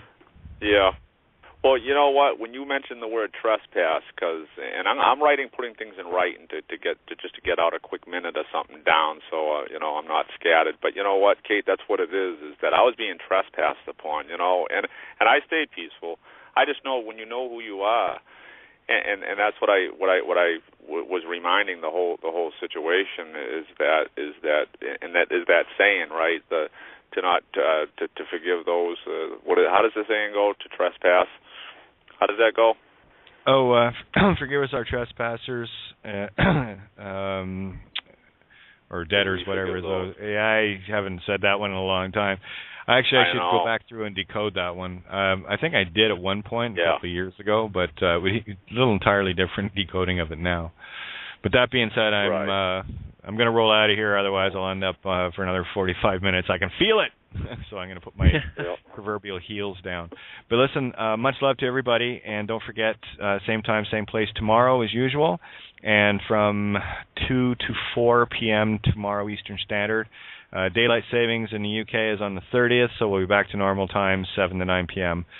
Following March 30th. I guess that would be the Sunday. But anyway, 2 shows tomorrow, 2 for Tuesday, and if I get up early enough, my fingers are ready for another little onslaught of the keyboards, so it'll be fun. So much love to everybody, and we'll catch you guys tomorrow. Yep. Good night, Right back at you. Good night, guys. Good night, folks. Sweet dreams. Sweet dreams indeed. You're listening to Kate of Gaia on Critical Mass Radio. The game is up. Now, it's our turn.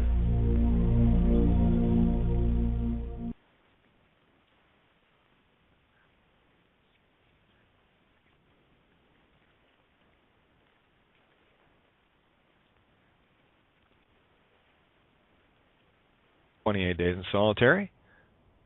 When I had my house stolen, what I've done is I've outlined how that all happened by going through that experience. Tell you what, let's trade spots. See, but I won't, though, because the knowledge and the gratitude I have for what I've been through just has no price. You can't put a price tag on that. And that in and of itself is a constant battle inside and out. You know? So, no, I don't know the situations of individuals in particular. I'm not going to come into a movie in the last few minutes where it's been running for a lifetime in your case or anyone else's case and try to tell you what to do. That's not what I'm here to do. I've made it abundantly clear throughout my own observations, my own experiences. That's what I have decoded and put up and shared daily for years.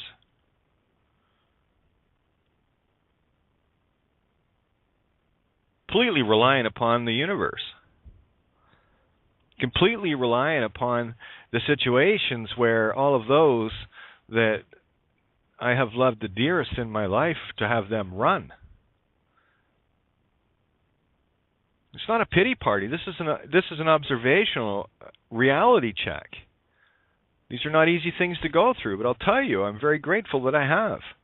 Because the only thing it does is it either makes you or breaks you. And in most cases, as far as I see, all it does is break people. You know, it's all fine and fun and games and all the rest of it until the water gets a little rough. Quick, put the fucking training wheels back on. My bike's wobbling. No, I'm just going to give you another kick. Make it wobble a bit more. As I'll tell you, the better you handle the wobbles, the better your reality is going to be. I'm not here to save anybody. I've put out countless things. Information that you need is on the website. You know. By all means, go through the library and just read the covers. Don't bother to read the books because, well, obviously ego fucking knows it all, right? Don't take 5 minutes to leaf through a book at all. No, be very quick. Come out and make all sorts of egotistical, programmed statements. I mean, Bill had it beautifully nailed in The Wars Inside Our Mind. You know, give you a quick breakdown of one of the things, and this I've talked about the DNA and the aha moments about how to regain that knowledge. You know, he talks about, you know, a man and a woman, 23 chromosomes each come together, and the 46 chromosomes make up the baby that pops out.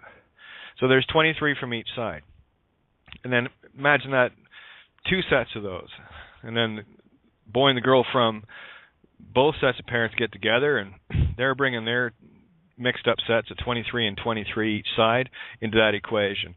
And then keep expanding that out, and you'll start to see, now put that over 1,000 years or say 50 generations, and every bit of aberrated program that went through, getting programmed by the being experiencing that DNA, gets to add their little bit of psychosis to it.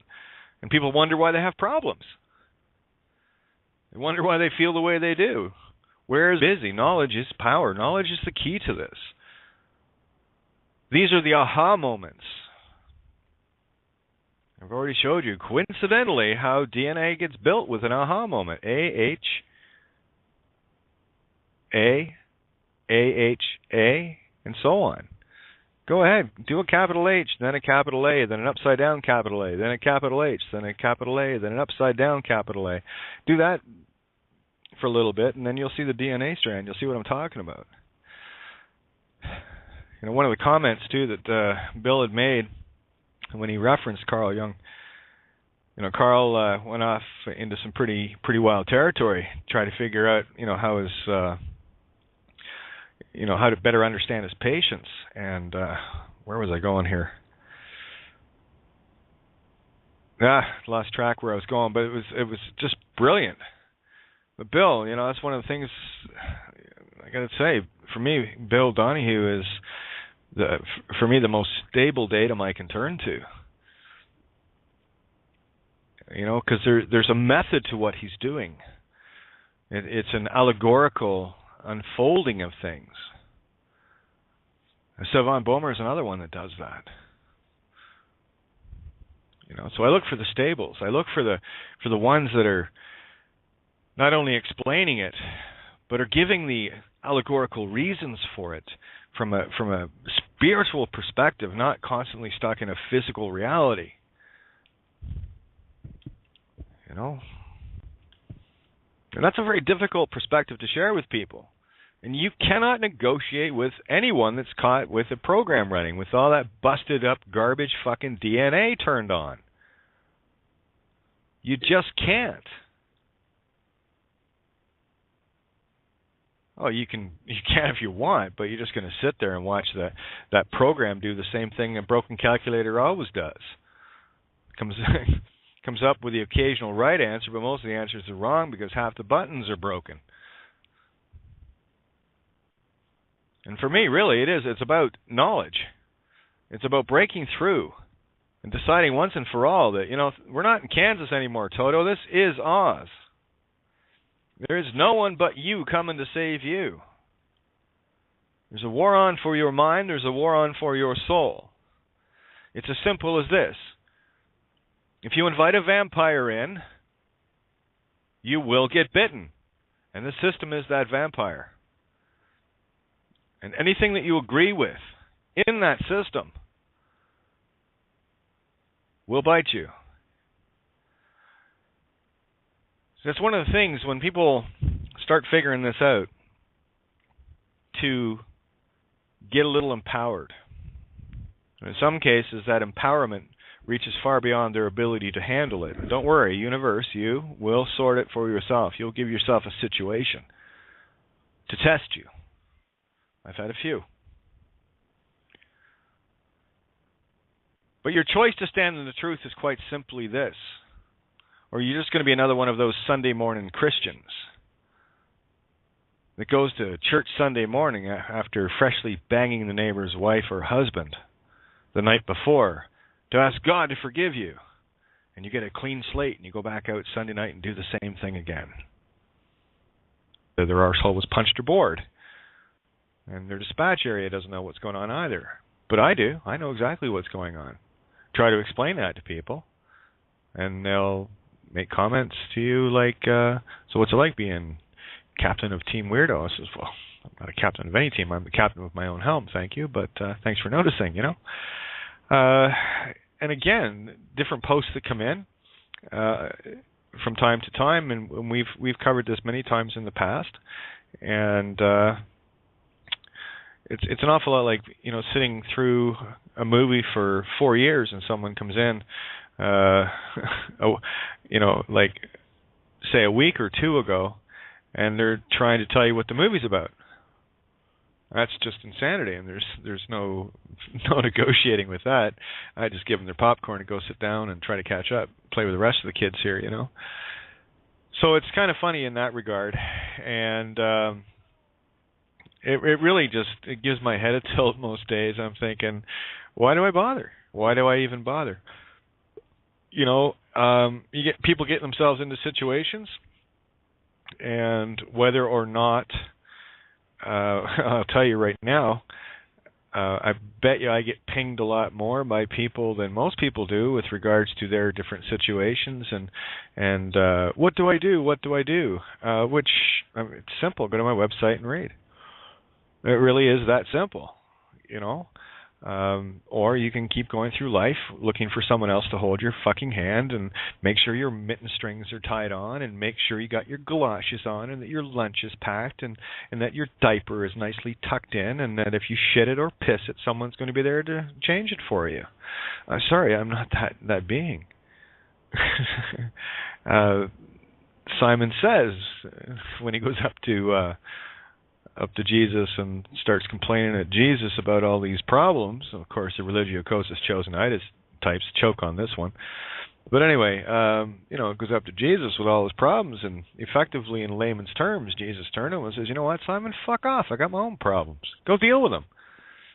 And it's really kind of funny there, too, because just prior to coming on here, tuned in to one of Bill Donahue's, of course, one of the stable datums that I love on this planet.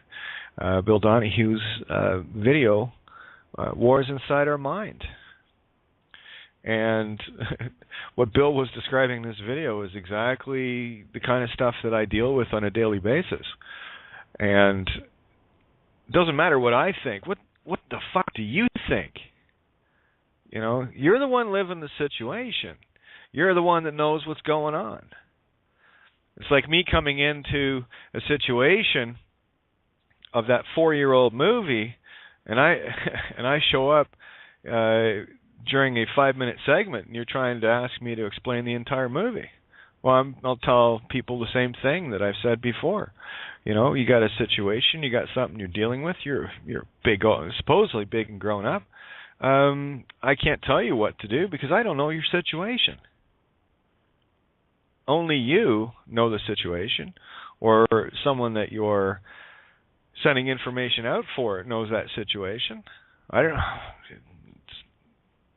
don't know. I don't remember using any of your paperwork whenever, my home was in peril, when my family was being attacked, when I spent this unfounded fear. Well, I'll tell you, it's somewhere in that DNA that got aberrated, got turned off, and it's all based on the ignorance that we as humanity have endured. Some of us have had enough. Some of us took it upon ourselves to say, no, I'm going to fix that calculator. That DNA program that's running right now just isn't working. There's a lot of shit there that was in the program. That's what the ego is. It's not you. That's the program. And you wonder why people wonder why I don't want to engage in that. If I want to engage in that, I'd take a walk down to the nearest insanity asylum, and I'd probably have a better conversation with some of them, be honest with you. But when you start looking at things from a wider perspective, you start getting a better handle on things. And this is the one thing I will like people like Freud and Jung. These guys were very cutting edge, and a lot of the stuff that they put out later, some pretty far-fetched, crazy stuff, and beautiful at that. But again, system corrupts and turns everything around. So it's either fraud and junk or Freud and Jung. And it is both. We have to be the ones to sort through that and figure out what is truth and what is not.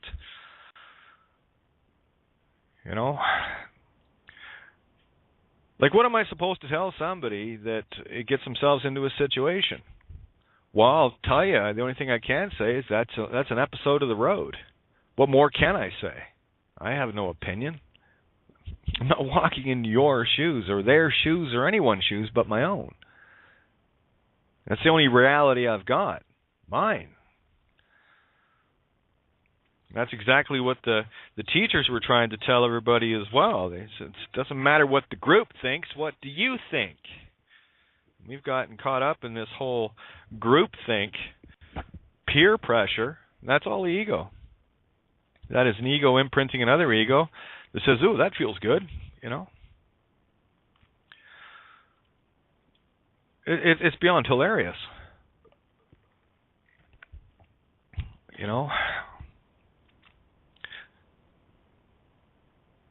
It's like someone looking across the counter at me and getting a reaction. I'm thinking, yeah, my dressing habits are a little different than most, just like your eating habits are a little different than most. Have you looked in the mirror lately? This is the kind of madness that ego does. Ego is very quick to look outside of itself and go, oh, I'm better because of this, or I'm better because of that. It's all about comparison with paired eyes. You're not looking at it singularity, right? Comparison is duality. When you start to see the oneness, you don't bother with that. You just see. You just see who and what is in front of you. And I've said for a very long time, the only thing I see is a brilliant point of light that you are. And I will do anything within my power to shred that garbage that's that's pretending to be you, called the ego, the program, the aberrated DNA strands from generation after generation of program bullshit, of ignorance. This is why the only way to correct that is to get your aha moments and get... You're listening to Kate of Gaia on Critical Mass Radio. The game is up. Now, it's our turn.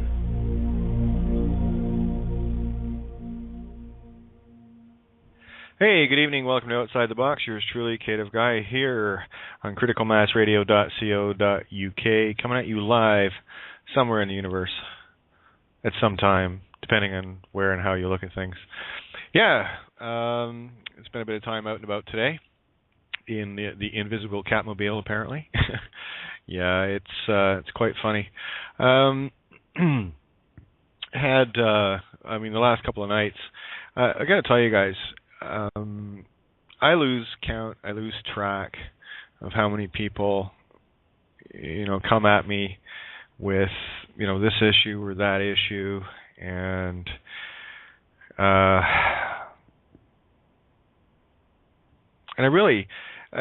don't know how many times I have to say it. Not your fucking savior, okay? And we each have our own roads and paths to take, and I find it beyond amusing and beyond. I guess it's the perfect mirror of amusing and pain at the same time. Knowing where I've been, what I've experienced, what I've been through, and spending the time, as much time as I can and have, writing down these experiences to share them and what was learned from them in terms of a very corrupt, very, very evil, narcissistic system that thrives and only thrives as a result of ego. And you cannot at any time, it's a catch-22. You cannot negotiate with that. You can't. It's pure fucking insanity. And the hardest part is, well, it's like this. Have you ever said something to someone, or a situation has come up and somebody has the complete wrong idea based on their own experiences, their own insanity, their own mayhem going on inside their minds, where they have decided based on that broken calculator calculation as to exactly what happened, and you know full well the situation from your perspective, and it doesn't even remotely or closely resemble anything that the Jabberwocky flying out of someone else is trying to say. And it's beyond frustrating. And this is why you cannot take any of this shit personally, because it would kill you if you did, I assure you. And I've just gotten, well, I don't know, I can't even really say weary of it, because I fully expect it all the time. I get comments, not too many, but I do get the occasional one. Just got one tonight. How can my documents take a system down? Well, if you read the fucking things, you'd have an idea. You wouldn't be saying stupid things like that, because you see, here's the neat thing about my particular walk is I've been able to, satiate ego by proof of maybe knowing something that somebody else didn't. And it gets showed in a situation, either a judge bowing to me in a courtroom, or in the case of a week ago, 3 cops that didn't know whether